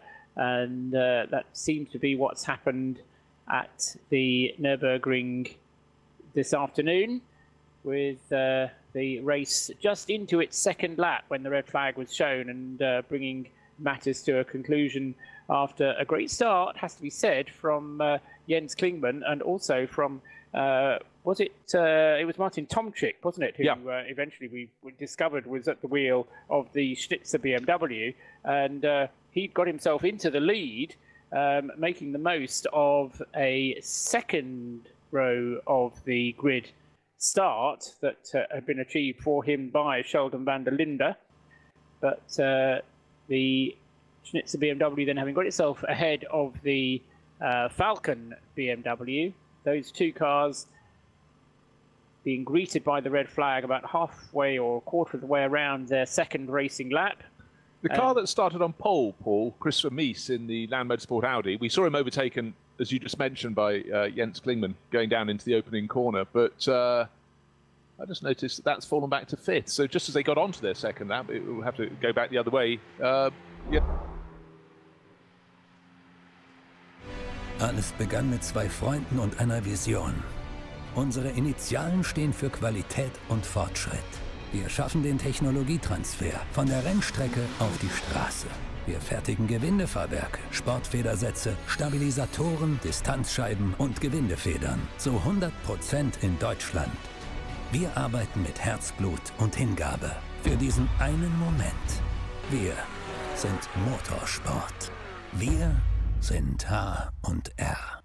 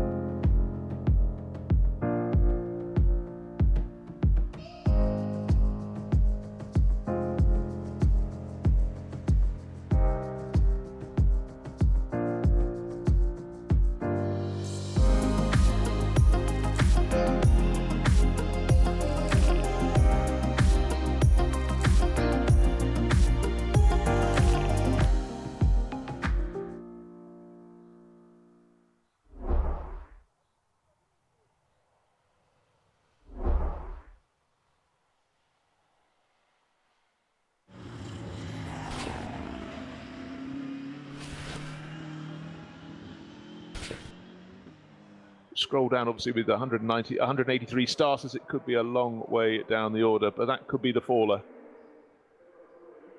Anyhow, we will see. Start-finish straight with no cars on the track. The track is now whitening up as snow on the start-finish straight is settling with nothing to disturb it. And it doesn't look like the day we arrived to. certainly things change. Yeah, I mean, Andrew Siegler, thank you for letting me scroll down the screen, is in 68th position, so that's not his. Anyhow, there are some cars in other classes from Walker Horse Motorsport. I think the live timing screen has about 4 cars out of the 183 that started that are not shown in the pits. I think all the rest are being shown as pits, but there are about 4 that haven't made it back. But of course, if the car has come back on the back of a flatbed, then that would also trigger the transponder saying that it's gone into the pits. But no, for the moment at least, we just have to sit and wait until we get further information about what's going to happen. But certainly, I see no prospect of getting this race underway for at least another half an hour. The weather conditions certainly now getting worse, although I suppose in a way the fact that there has been at least a change, a bit of a breeze now, we might be able to get something underway, but I think it would be not beyond the realms of possibility that race control considering abandoning this altogether. It's just coming up towards 1 o'clock in the afternoon in Germany, and normally the race would be finished at 4. So I suppose they've got until around about 2 to be able to get something underway. But if they're going to get something underway at 2 o'clock, they're going to have to make that decision before 1:30. So they've got about 40 minutes for decision time, I would say, Bruce. Yeah, nobody comes to the Nürburgring without quite a good weather facility to check on what they're expecting. And certainly this morning we thought, yeah, there might be flurries of rain. The temperature seemed to suddenly dive, and what started just as the cars were on the grid, about 15 minutes before the start of the race, a little flurry of rain, and then in no time at all, I was thinking, is that turning to snow? We had a little hail, went through that metamorphosis, but who knows what their weather gods are going to be bringing us, but the teams will know. Race control will have a vague idea. They can't tell by looking out the window. Visibility has improved in the past few minutes on the start-finish straight, and if it sounds as though Paul and I are grasping at straws, we are to an extent, as much as anybody else is today. We're praying the race will get underway all over again, but the red flag flown just after the leading bunch of cars went onto their second lap. Conditions at the far end of the circuit, very, very tricky indeed. Not just wet track, but snow in the air, snow settling on the grass, very poor visibility. Few cars making contact with the barriers and possibly with each other. However, I'd say everybody's done a really good job, and race control have been right on it. That red flag being flown was absolutely the correct choice to make on the racing action, and it took a considerable amount of time to get the others back to the pits. Don't forget, 183 starters, and it was a very, very slow in-lap. The track is now wet. Certain points it's now being covered by light snow, but it's very wet snow, so that will, I suggest, melt fairly quickly, but it feels like ground zero. Further information will be announced when possible. The race is stopped. That's the latest graphic from race control. So it's the waiting game. We had a couple of cars, Paul, that decided from the SP9 class at the start of the field, from the top 10 qualifiers, that they would come in and start from the pits. That was the number 5 Phoenix Racing Audi of Vincent Kolb, Frank Stippler, and late addition Jamie Green, and the number 7 Conrad Motorsports Lamborghini of Michele Di Martino, who was the driver and Tom Coronel. They then went rocketing up through the pack, and just as they were starting to make progress from the tail of that pack, the snow came and their guns were spiked. But they'd played a very clever roll of the dice, and you feel didn't receive the pat on the back that they could well have done. It's always a situation when you get races that are held in changeable conditions, because I always think, you see the rain coming, you dive for the pits, get yourself onto wet weather tyres, and then the race is stopped, and you end up losing the race because you made a wise choice, and the people who stayed out don't. So you mean the people who stayed out and because they weren't on wet weather tyres crashed and brought an end to the race? Yes, quite. But anyway, we'll have to wait and see on what happens on this one. No, I mean, the other thing which I thought was a tantalising possibility with the conditions as they were was the fact that the GT3 cars are completely the wrong thing to have in weather conditions like this. And what you could have seen was an SP7 class car or one of the other lower class cars really mixing it. Because if it would be a full 4 hours, because they have better fuel consumption, they can do one less pit stop over the course of the race. And you could actually see a right mix-up in the class pecking order, if you will. But you know, it's with the race being stopped, obviously, you know, all bets are off until we get an improvement. But I think, as I say, for the moment, it is just going to be a waiting game until we find out what race control can advise us. Yeah, and I think they're very aware that if they make a decision 1 minute, a minute later, it could have changed all over again. That's been the story of this morning. Dry track for qualifying. René Rast took pole position and with a fantastic lap, 8 minutes, 0 seconds, 0.076 in the Monteplast Audi. That has fallen down in the running order with his teammate Christopher Mies at the wheel to 5th. But conditions went from spring sunshine to getting colder to arrival of rain. That turned into snow, and that turned into poor visibility. That produced the red flag. So it is a waiting game while race control and the race directors decide what they need to do. This VLN2, listening to me, Bruce Jones, and Paul Trustwell on RS3. Plenty of action for the Radio Show Limited broadcast this weekend. Today we've got on RS1, the Michelin Le Mans Cup qualifying and race, ELMS qualifying, and then, of course, all the IMSA action on RS2. So plenty of action. Sadly, not for us. But, Paul, you're a total optimist. The visibility is improving. It's certainly improving. And one of my spies who's in the pit lane tells me that the weather is actually calming down on the Grand Prix track. But that probably just means that he's been given a woolly hat and another overcoat to wear. As we've mentioned a number of times before, I think the problem is that even if it does improve, there is no clear indication that I've had that it will then be improving for good, and that if all it does is improve just to come in again about half an hour later or an hour later, then there's no point in getting things underway. So they'll be looking not just at the weather conditions actually now at the Nordschleife where they are, but also what the forecast is looking like for the remainder of the afternoon, and hopefully they'll be able to give some guidelines, and we can just hope for wisdom. Well, wisdom is a wonderful thing. I always hope to attain it, but the director of the TV show has decided we're not going racing anytime soon, and they're going to actually run on the live stream a documentary starting at the top of the hour in 2 minutes' time about Kissling Motorsport. So you will have something to watch. But that just goes to prove, I'm sure they could spike it if suddenly we go racing again. But just remember what we said at the start of the day. Rain coming in and out through the course of the day. Of course, we've not got rain. Well, we have. We've also got snow. So it's not as though we were expecting something this morning going to be clear this afternoon. So it could be snow all day. And the problem is that the snow that is on the runoff areas isn't going to melt because it's not warm enough. The temperature is just barely above freezing point. So if the sun would come out, then even though we'd have the sun out, I don't think that snow is going to melt easily. And if I was in race control, I would be unhappy even running a race meeting where there is snow on the runoff areas for all the reasons we've already talked about. So, yeah, I'm not happy with this at all because I think we might have had it for the day. But there's that optimist in me. Well, if I was in the grandstand, I'd still be... You would be going home. You'd be waiting. I'd be waiting until we were told.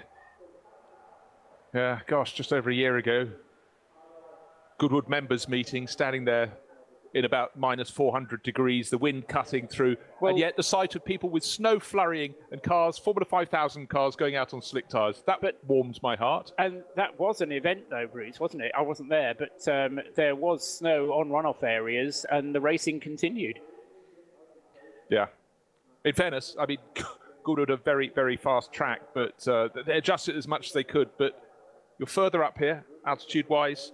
The track, your visibility lines around the Nordschleife are frequently very poor indeed, and they have to consider that. You have blind entries to corners. And the other thing you have to consider, Bruce, is the Nürburgring. With over 20 kilometers length, the racetrack, reverently called Green Hell, winds through the forests of the Eifel region. Opened in 1927, the Nürburgring quickly gained the reputation of being the most demanding racetrack in the world.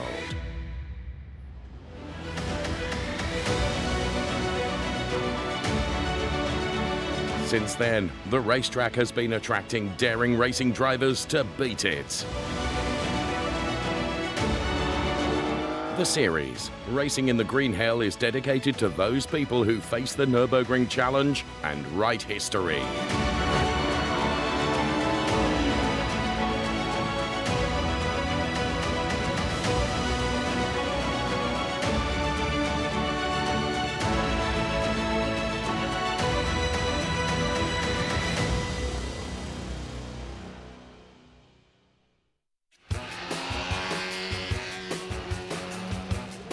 Over 40 years of Kissling Motorsport.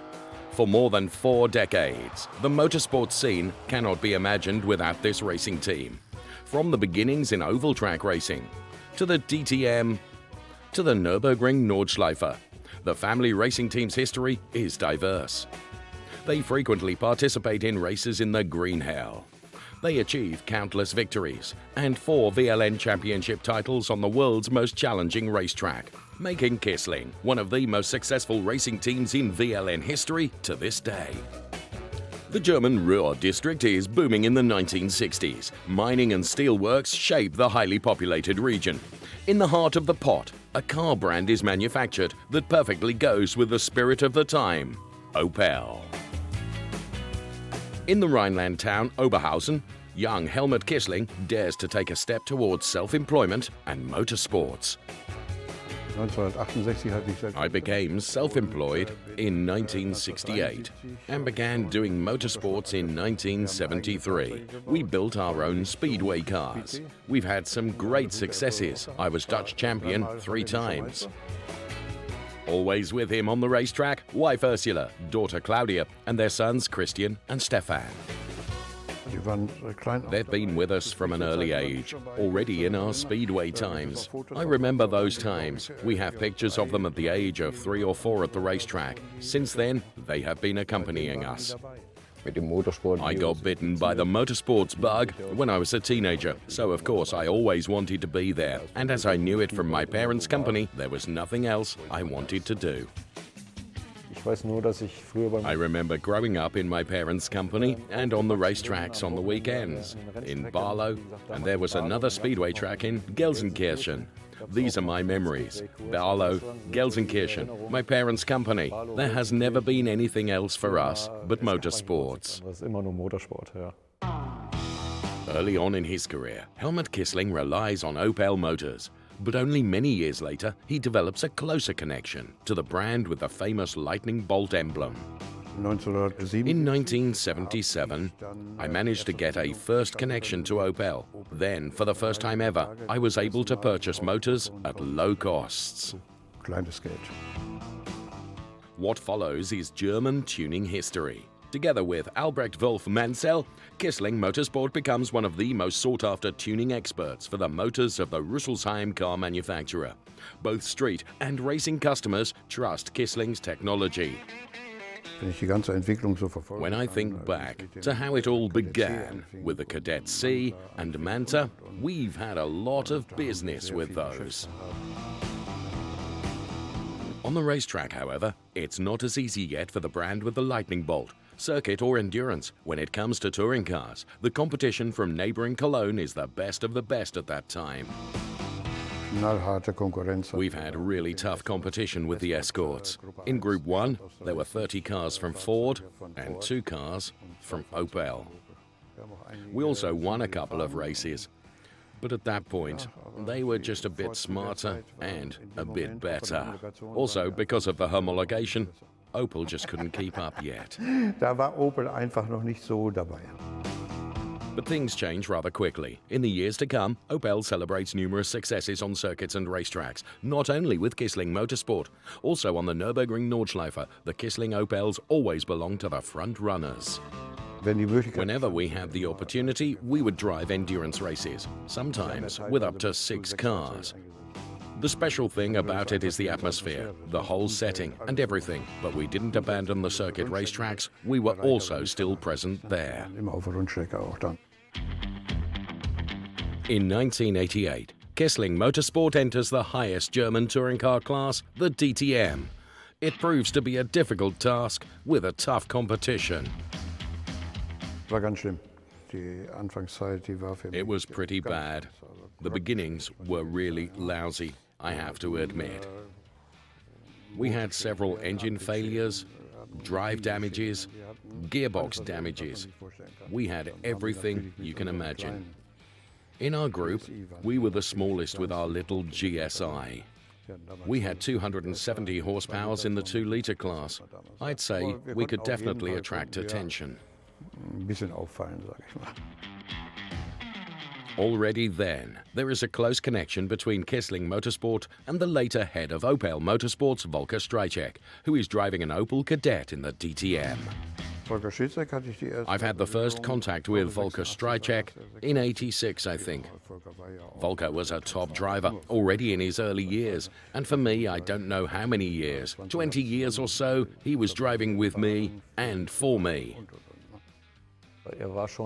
Even in my childhood, back when I was still rooting for him, he was already driving for us and in the DTM. He was always kind of a role model. Volker has been there since the beginning. In 1988, I was building the first DTM Kadett with Volker. I learned a lot from Volker in my youth, when I was not in the company. The cooperation and motorsports friendship have a lasting impact on Kissling Motorsport.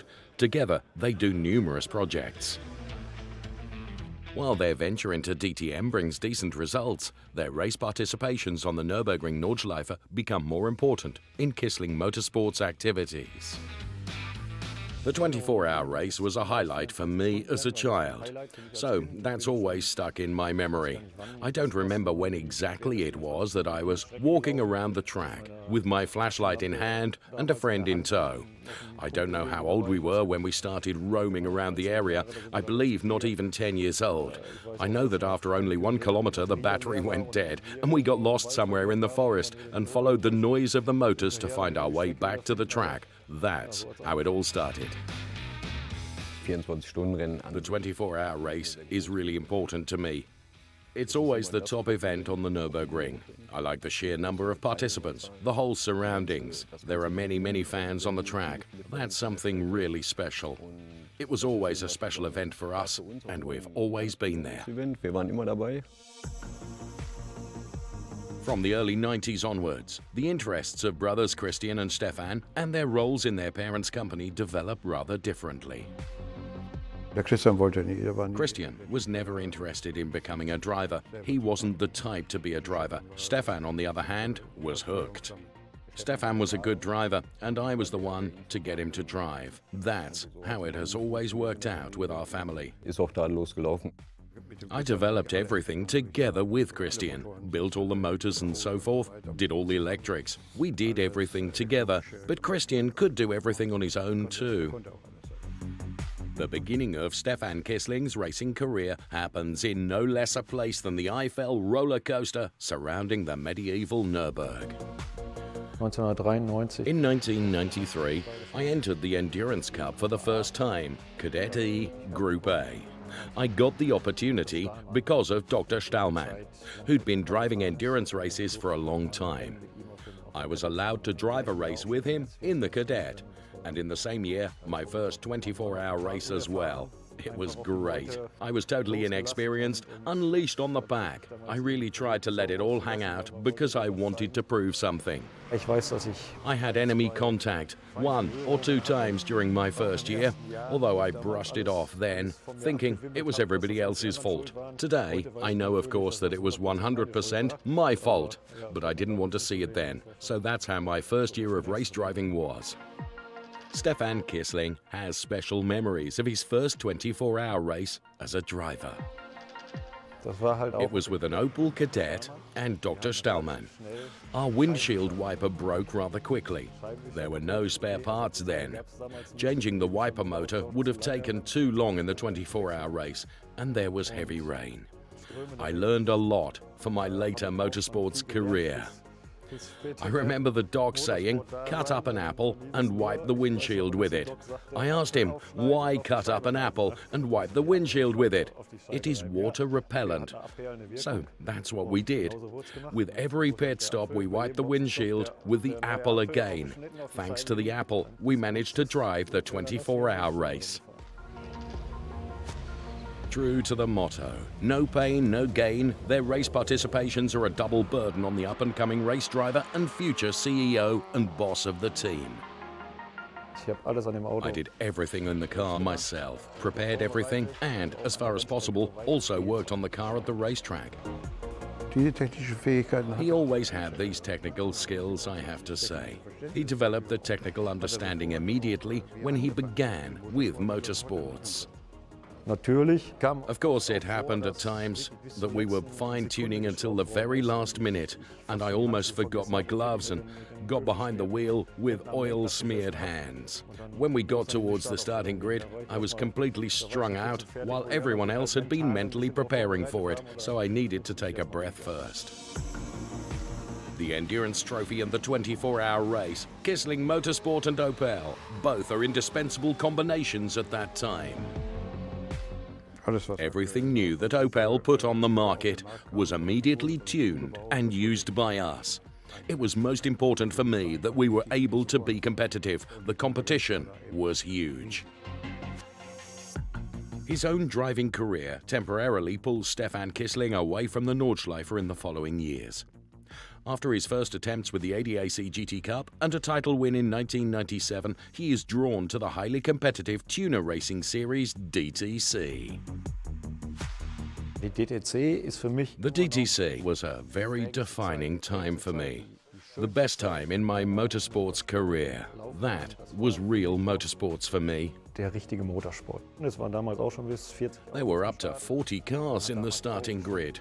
The car development was carried to extremes within the scope of the regulations.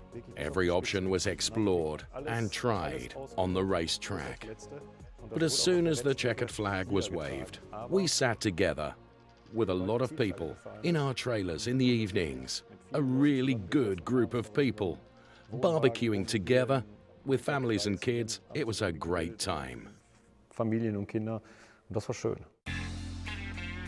For the company Kissling Motorsport, the Nürburgring becomes more and more important by the late 90s. For years there's been a branch in the Eifel, but in 1998 they moved the entire company to the town of Bad Münstereifel, close to the ring. We had built this hall, had just moved in. It wasn't even finished yet, and then, one evening, the complete hall were on fire. I remember it well. We were at home when my father called. Apparently, someone who was driving by the hall had seen smoke.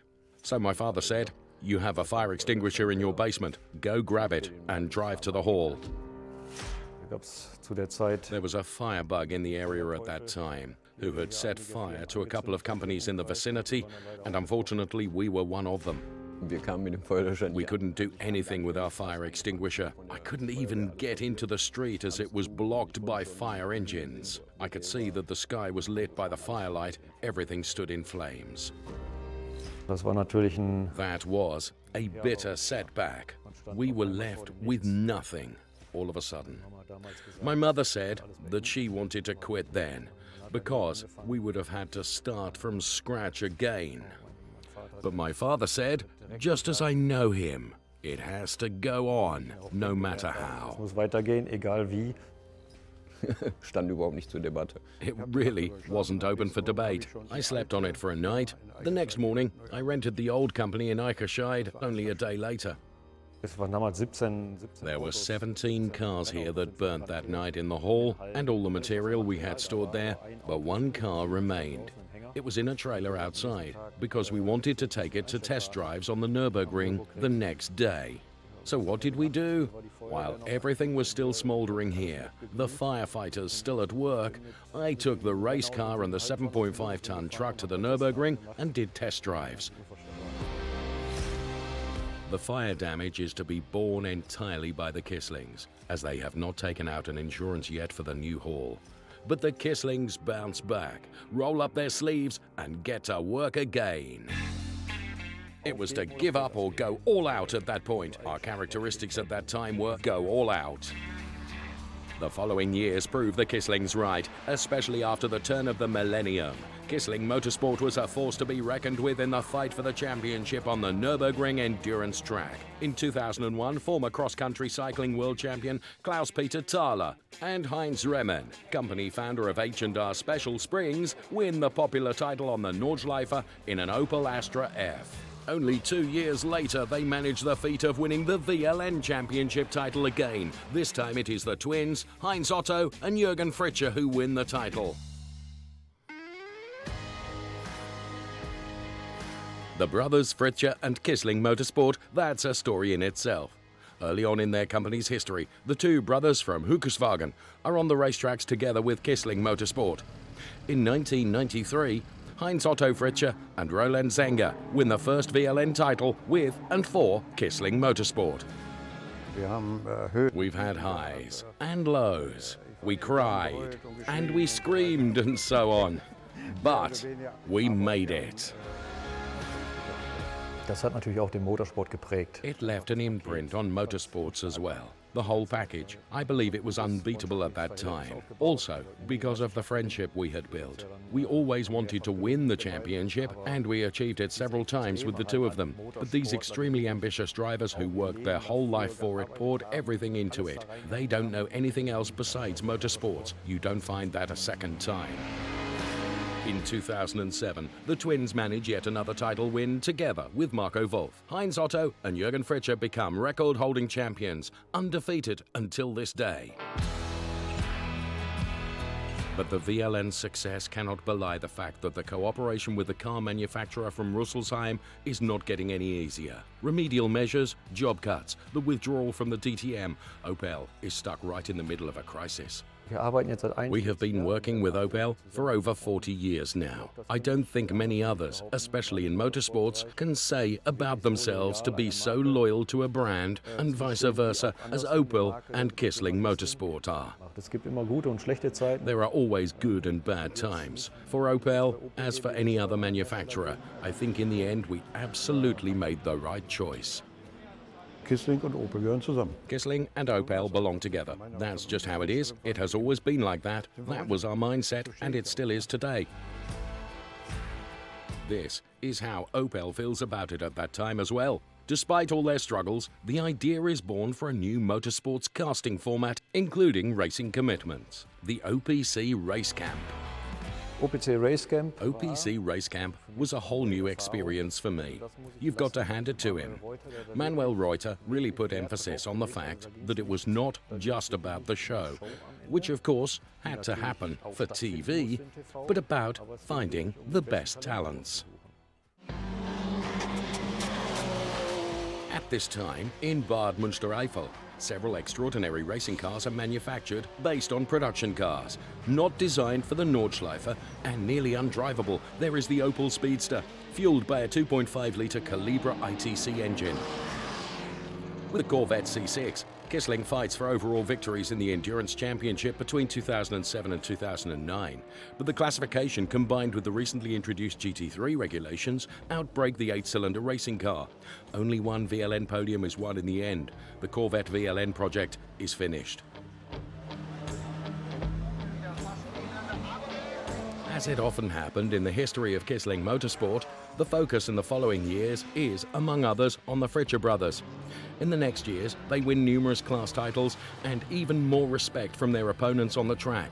But for their 5th championship title, they are lacking participants and thus points in their class. The next big project for the brand with the lightning bolt emblem is setting up the Opel Astra OPC Cups within the VLN. For this brand trophy, more than 30 racing cars need to be built and maintained with help, advice and spare parts during the season. From 2013 to 2016, the Cup enhances the starting grid of the Endurance Championship and makes for spectacular moments with hard-fought duels. For Christian Kissling, these years are also a time of parting from the parental company. After 24 years, he leaves Bad Münstereifel and Kissling Motorsport.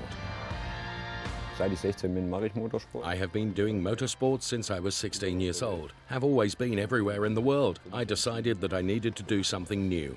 After I came to the classic Porsche restoration in Aschaffenburg, it was clear for me that this is what I was going to do. Kissling Motorsport keeps on working closely with Opel.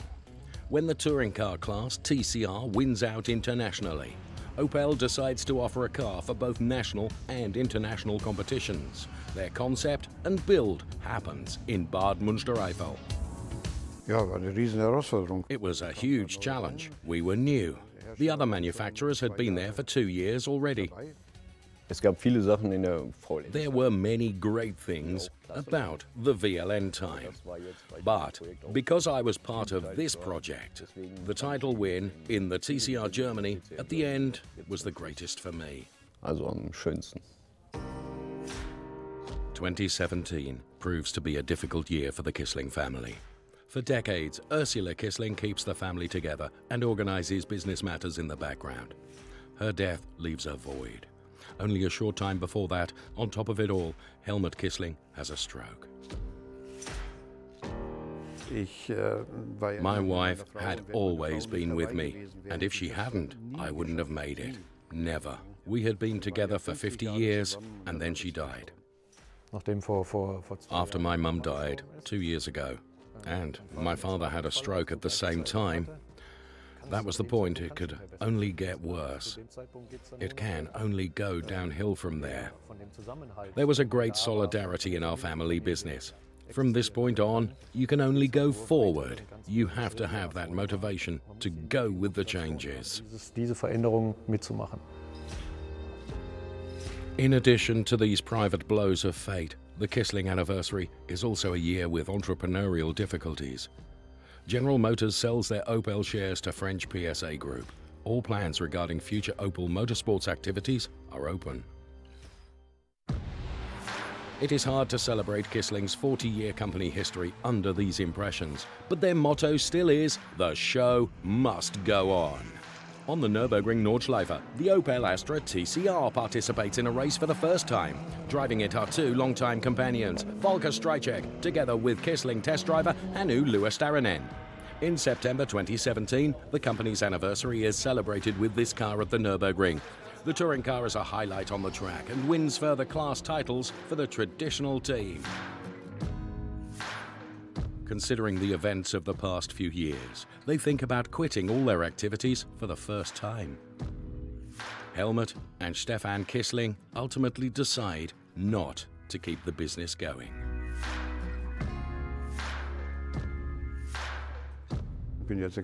I am 76 years old, and at some point you have to say it's knocking off time. Der richtige Zeitpunkt.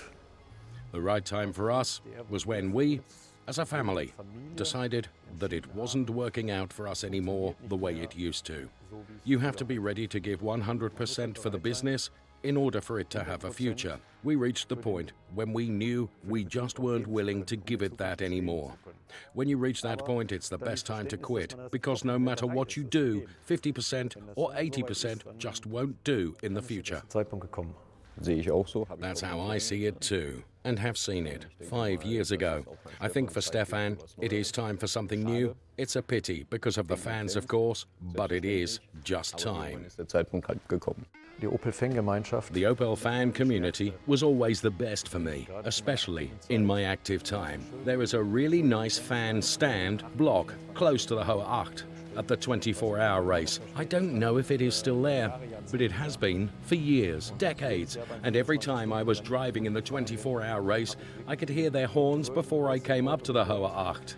The guys could tell by the sound of our motors that we were coming, and they started making noise, and I would hear it in my car. It was amazing. For more than 4 decades, motorsport has both demanded everything from the Kisslings and given them everything. We had the best staff, long-term employees, which were with us for over 20, 25 years. People you can go through thick and thin with. And we did go through thick and thin with them. They become a part of the family, a part of the Kissling family. For me personally, I spend more time and experienced more with our staff than with my own family. Now, a new chapter is about to begin in their lives. Of course, it has to go on for me. I just need to let it all sink in for a bit. Now, In this quieter time, I have caught myself a couple of times thinking, even if it was just a guest start, you could do another race again. Just get in a car again. Out of the darkness and into the fire. Out of the darkness and into the fire. History's waiting into the hands of fate. While destiny waits in the fire. This is my time to seize my chance to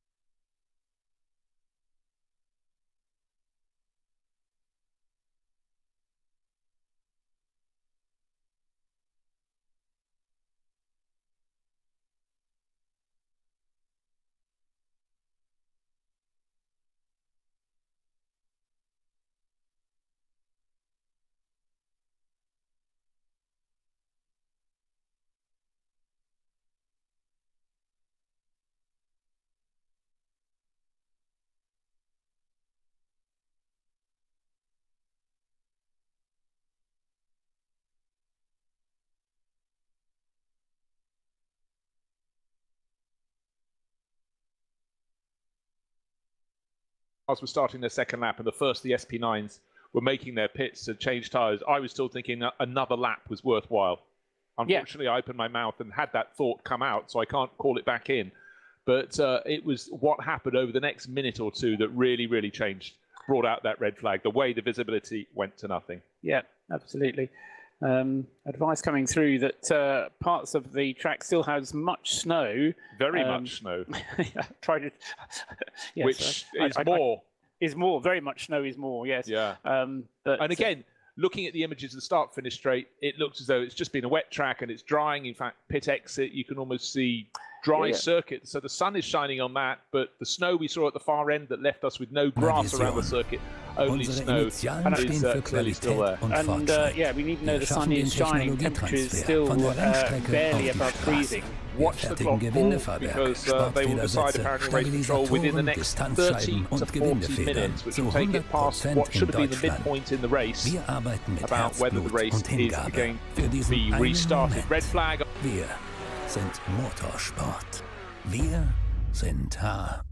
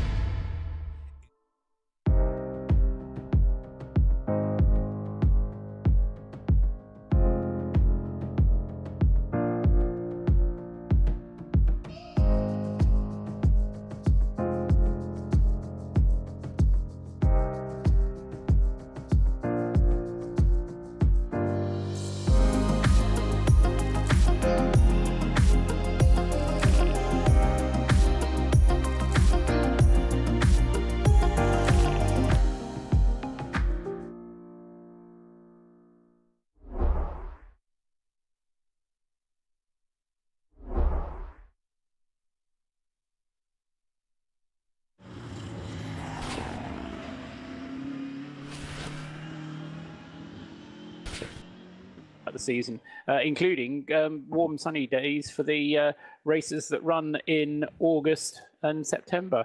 But they're the ones that stick in the mind. You tend to forget the rainy ones, but you know they're out there somewhere in the VLN. I think your concept of possibly taking over the Nürburgring 24-hour qualification race is a sensible one, because the calendar's really pretty jammed.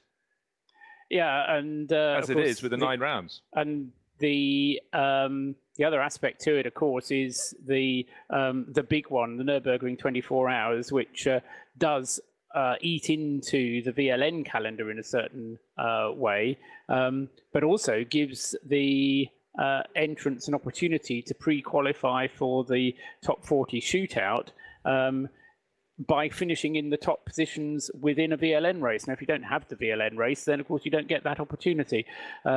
although qualifying did happen. Qualifying did take place this morning, and so we had a full qualifying session to set the grid positions, and that also contributes to Nürburgring 24 hours. But we were saying earlier on, Bruce, I mean, the whole status of the Nürburgring 24 hours, I mean, it's one of those events that's been running for a long, long time, but it's as high a profile now as it's ever been. I mean, time was when it was a race run predominantly for Caterhams and Lotus 7s back in the 60s. But it's then progressed from that to being a full kind of saloon car specials into being what it is now. Yes, I mean, back in the days of the FIA European Touring Car Championship that metamorphosed into the World Touring Car Championship, absolutely tip-top, tin-top yes, action there. And the pits and pit lane were as packed as they are now. It's still the complexion of the race, the makeup of the race keeps on changing. But I would say at the moment its star has been very much in the ascendancy for the past half dozen years, and it shows no sign of abating. In fact, more and more global awareness. And for the manufacturers who come and take their supercars to set really fast laps around the Nordschleife, it has even more resonance. You were talking earlier, I can't remember if it was on air or off air, about how the Nürburgring Nordschleife, lots of young gamers have been, was that on air? I can't remember, had been awakened to the charms and of this circuit and didn't realise it was for real. By golly, it's for real, and it's never proved itself more real than it has this morning. No, it was one of those conversations that I read rather than one that I actually participated in, but it was literally a story of an American gamer talking about the fact that he had this circuit called the Nordschleife. This is going back 15 years probably, and talking about the fact that he had this circuit on his computer and what a brilliant circuit it was, and only what a shame it was that it didn't exist in real life. And the reply came through, actually, it does exist in real life, and they do race on it, and there is a 24-hour race on it. Think about that. And as I say, the total awareness of this circuit, which, as I say, I mean, it used to hold the German Grand Prix. It used to hold the Nürburgring 1,000 kilometers. It used to be part of the fabric of world motorsport. Then it didn't anymore because the new Grand Prix loop was built, the Neue Nürburgring was built, and everybody kind of assumed that, much like the back of Hockenheim, the back of the Nordschleife had just been left to rack and ruin, but it never was. It was always still used for something, and a lot of that, Bruce, goes back to what you were saying earlier on, is the industry wanting to use the Nordschleife for what it was built for in the first place, to test out their brand. Yes, that element has never been more so. The good news is we've got cars leaving the pit lanes. We've got this is highlights. Oh, it's highlights, of course, of race one. I was busy, so engrossed in our conversation. Yes, but these are highlights from earlier today now being put out on the VLN.de, live streaming on the website. And we had fallers even on the formation lap. Deformation lap. It was just as the cars were coming out onto their formation lap that the snow started. Before the cars were let out of the pits, it was bright sunshine, and we then were informed that the start would be delayed while the race control took a look out on the far side of the circuit. But at that point, when they started investigating, it was still not too bad. It was just rain on the edge of snow on the start-finish straight, but then in no time at all, suddenly the visibility just came down and down and down. So they delayed the start by 15 to 20 minutes and thought, okay, it's eased off, let's go racing. And it didn't look too bad on the opening lap. We had a couple of spinners down at the tail of the leading group, but as they made their way round to start the race, it was sunshine. But yes, we were still getting cars going around, and that just echoed the fact that it was still wet offline. Wet from a flurry of rain they couldn't see on the start-finish straight. When we got to the start, the Falcon Motorsport BMW roared into the lead and seemed to be pulling clear. One of the Lamborghinis went off. That was the number 20 car. Renault Clio had a little bash up the tail end. But generally, it was all good, clean stuff on a pretty much a dry track. But moments later, around the far end of the circuit, it was full wet. The red flags were pulled out very, very quickly indeed because it was a lack of visibility. But the fact was, as number 930, the KTM Crossbow went for a second spin, while the cars from the middle pack of the three were experiencing really, really grim weather around the back of the circuit. The ones at the front of the field, it was still relatively dry.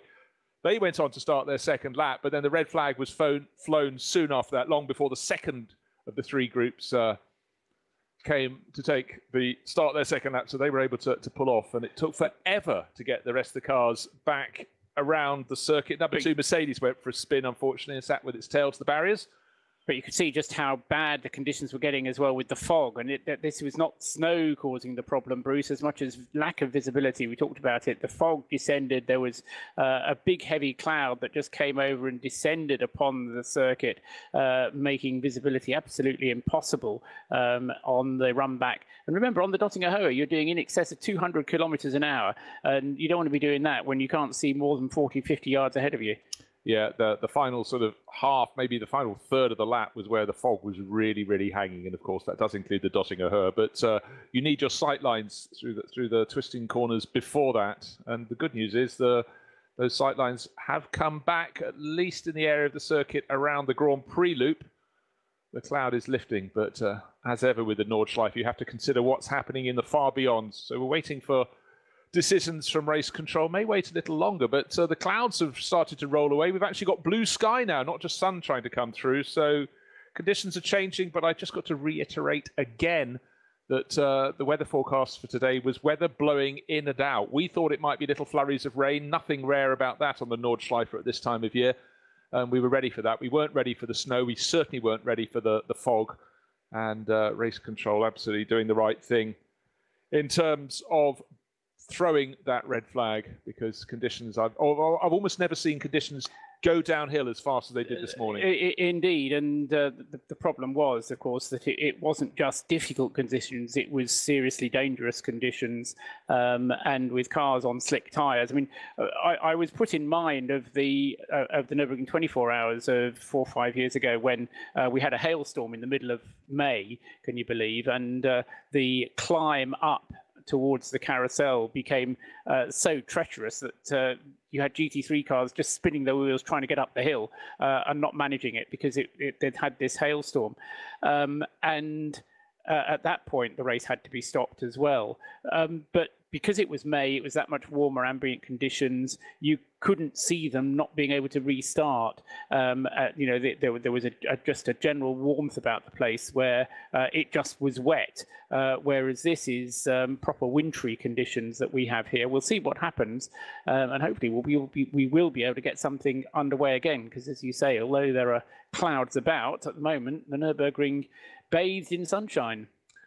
But ambient temperature has not been lofty today, so it's going to take quite a long time to dry out, even with full sun. Wind appears to have dropped, but right now we can't tell when they get going again, if indeed they get going again, because it's they've got to be confident that the weather's going to be sufficiently benign. I think rain is okay, that's fine, we can deal with that, we've dealt with it many, many times, but they've got to be sufficiently confident to put the show back on the road, and right now we're still waiting for any comment. I think part of the problem as well is going to be whether, you know, what happens if it would be sunny like this, and then we had another of those snow flurries. You would have again cars on slick tyres on a track which is suddenly becoming wet, and I think it's that sudden change. If there is another sudden change, that's what they really, really want to avoid at all costs.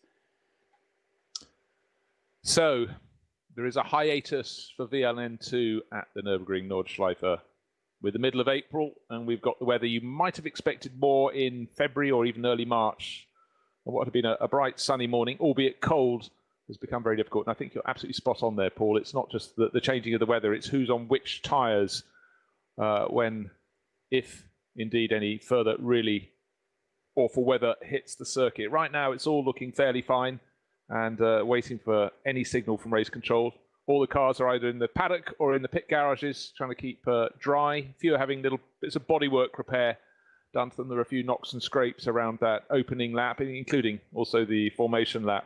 But of course, being a new race, because the first part of the race won't count at all, it doesn't matter what they do to the cars. They won't have been in part ferme conditions for the last how long ago?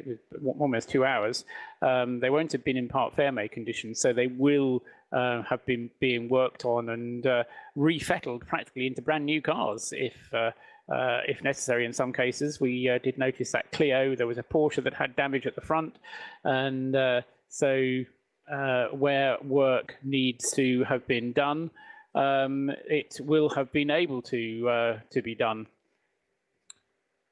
Okay, well, I think we're going to take a further break because in fact, the news has just come through that the red flag was the final flag of the day. VLN 2 has been cancelled because further adverse weather is expected. It's cold, it's wet off the racing line. And I'm afraid, I think maybe in many ways it's difficult when we're looking at sunshine and broken clouds, but they've taken the decision, Paul, to call it quits for today. I think that also comes around to the mathematical numbers we were working towards about how much time you would have had to run a race in which you can score points. I think, yes, to get a full points race in. And the VLN, I must admit, when I first started getting involved with the VLN, I didn't realize quite what such a big deal the championship itself is. And I had a conversation with some people involved with BMW actually when they were upgrading from the 235i to the M240i, and they were telling me that the whole VLN was so crucial to their entire marketing process. And you know, this is BMW. Remember, it's not as if BMW aren't involved in other forms of motorsport. They're involved in in sports car racing, in world championship racing around the world. But the VLN is crucial to their marketing strategy, and so to upgrade the 235i to the 240i was very, very important to them. So the VLN is a big thing, and it won't have been a matter to be considered lightly for the race control to cancel the race, to effectively abandon the race meeting after less than one full racing lap. So much as Paul and I would have loved to have commentated through 4 hours of fierce and furious racing action around the mighty Nürburgring Nordschleife, I'm afraid it has been beaten by the weather today, and alas, the race will not be restarted. Hopefully we'll have further news for you through the week ahead about if there will be a rescheduled event through the year, if the Nürburgring 24-hour qualification race will become a round of the VLN. But for now, what we're going to do, we're going to cut away. But do not leave RS3 because we've got a Super GT preview. Of course, all the action kicking off very soon. And that will follow right now, coming next on RS3. So from Paul Truswell and me, Bruce Jones, we've been thwarted today. We will be back. But thank you for joining us. Next time, we'll give you more racing.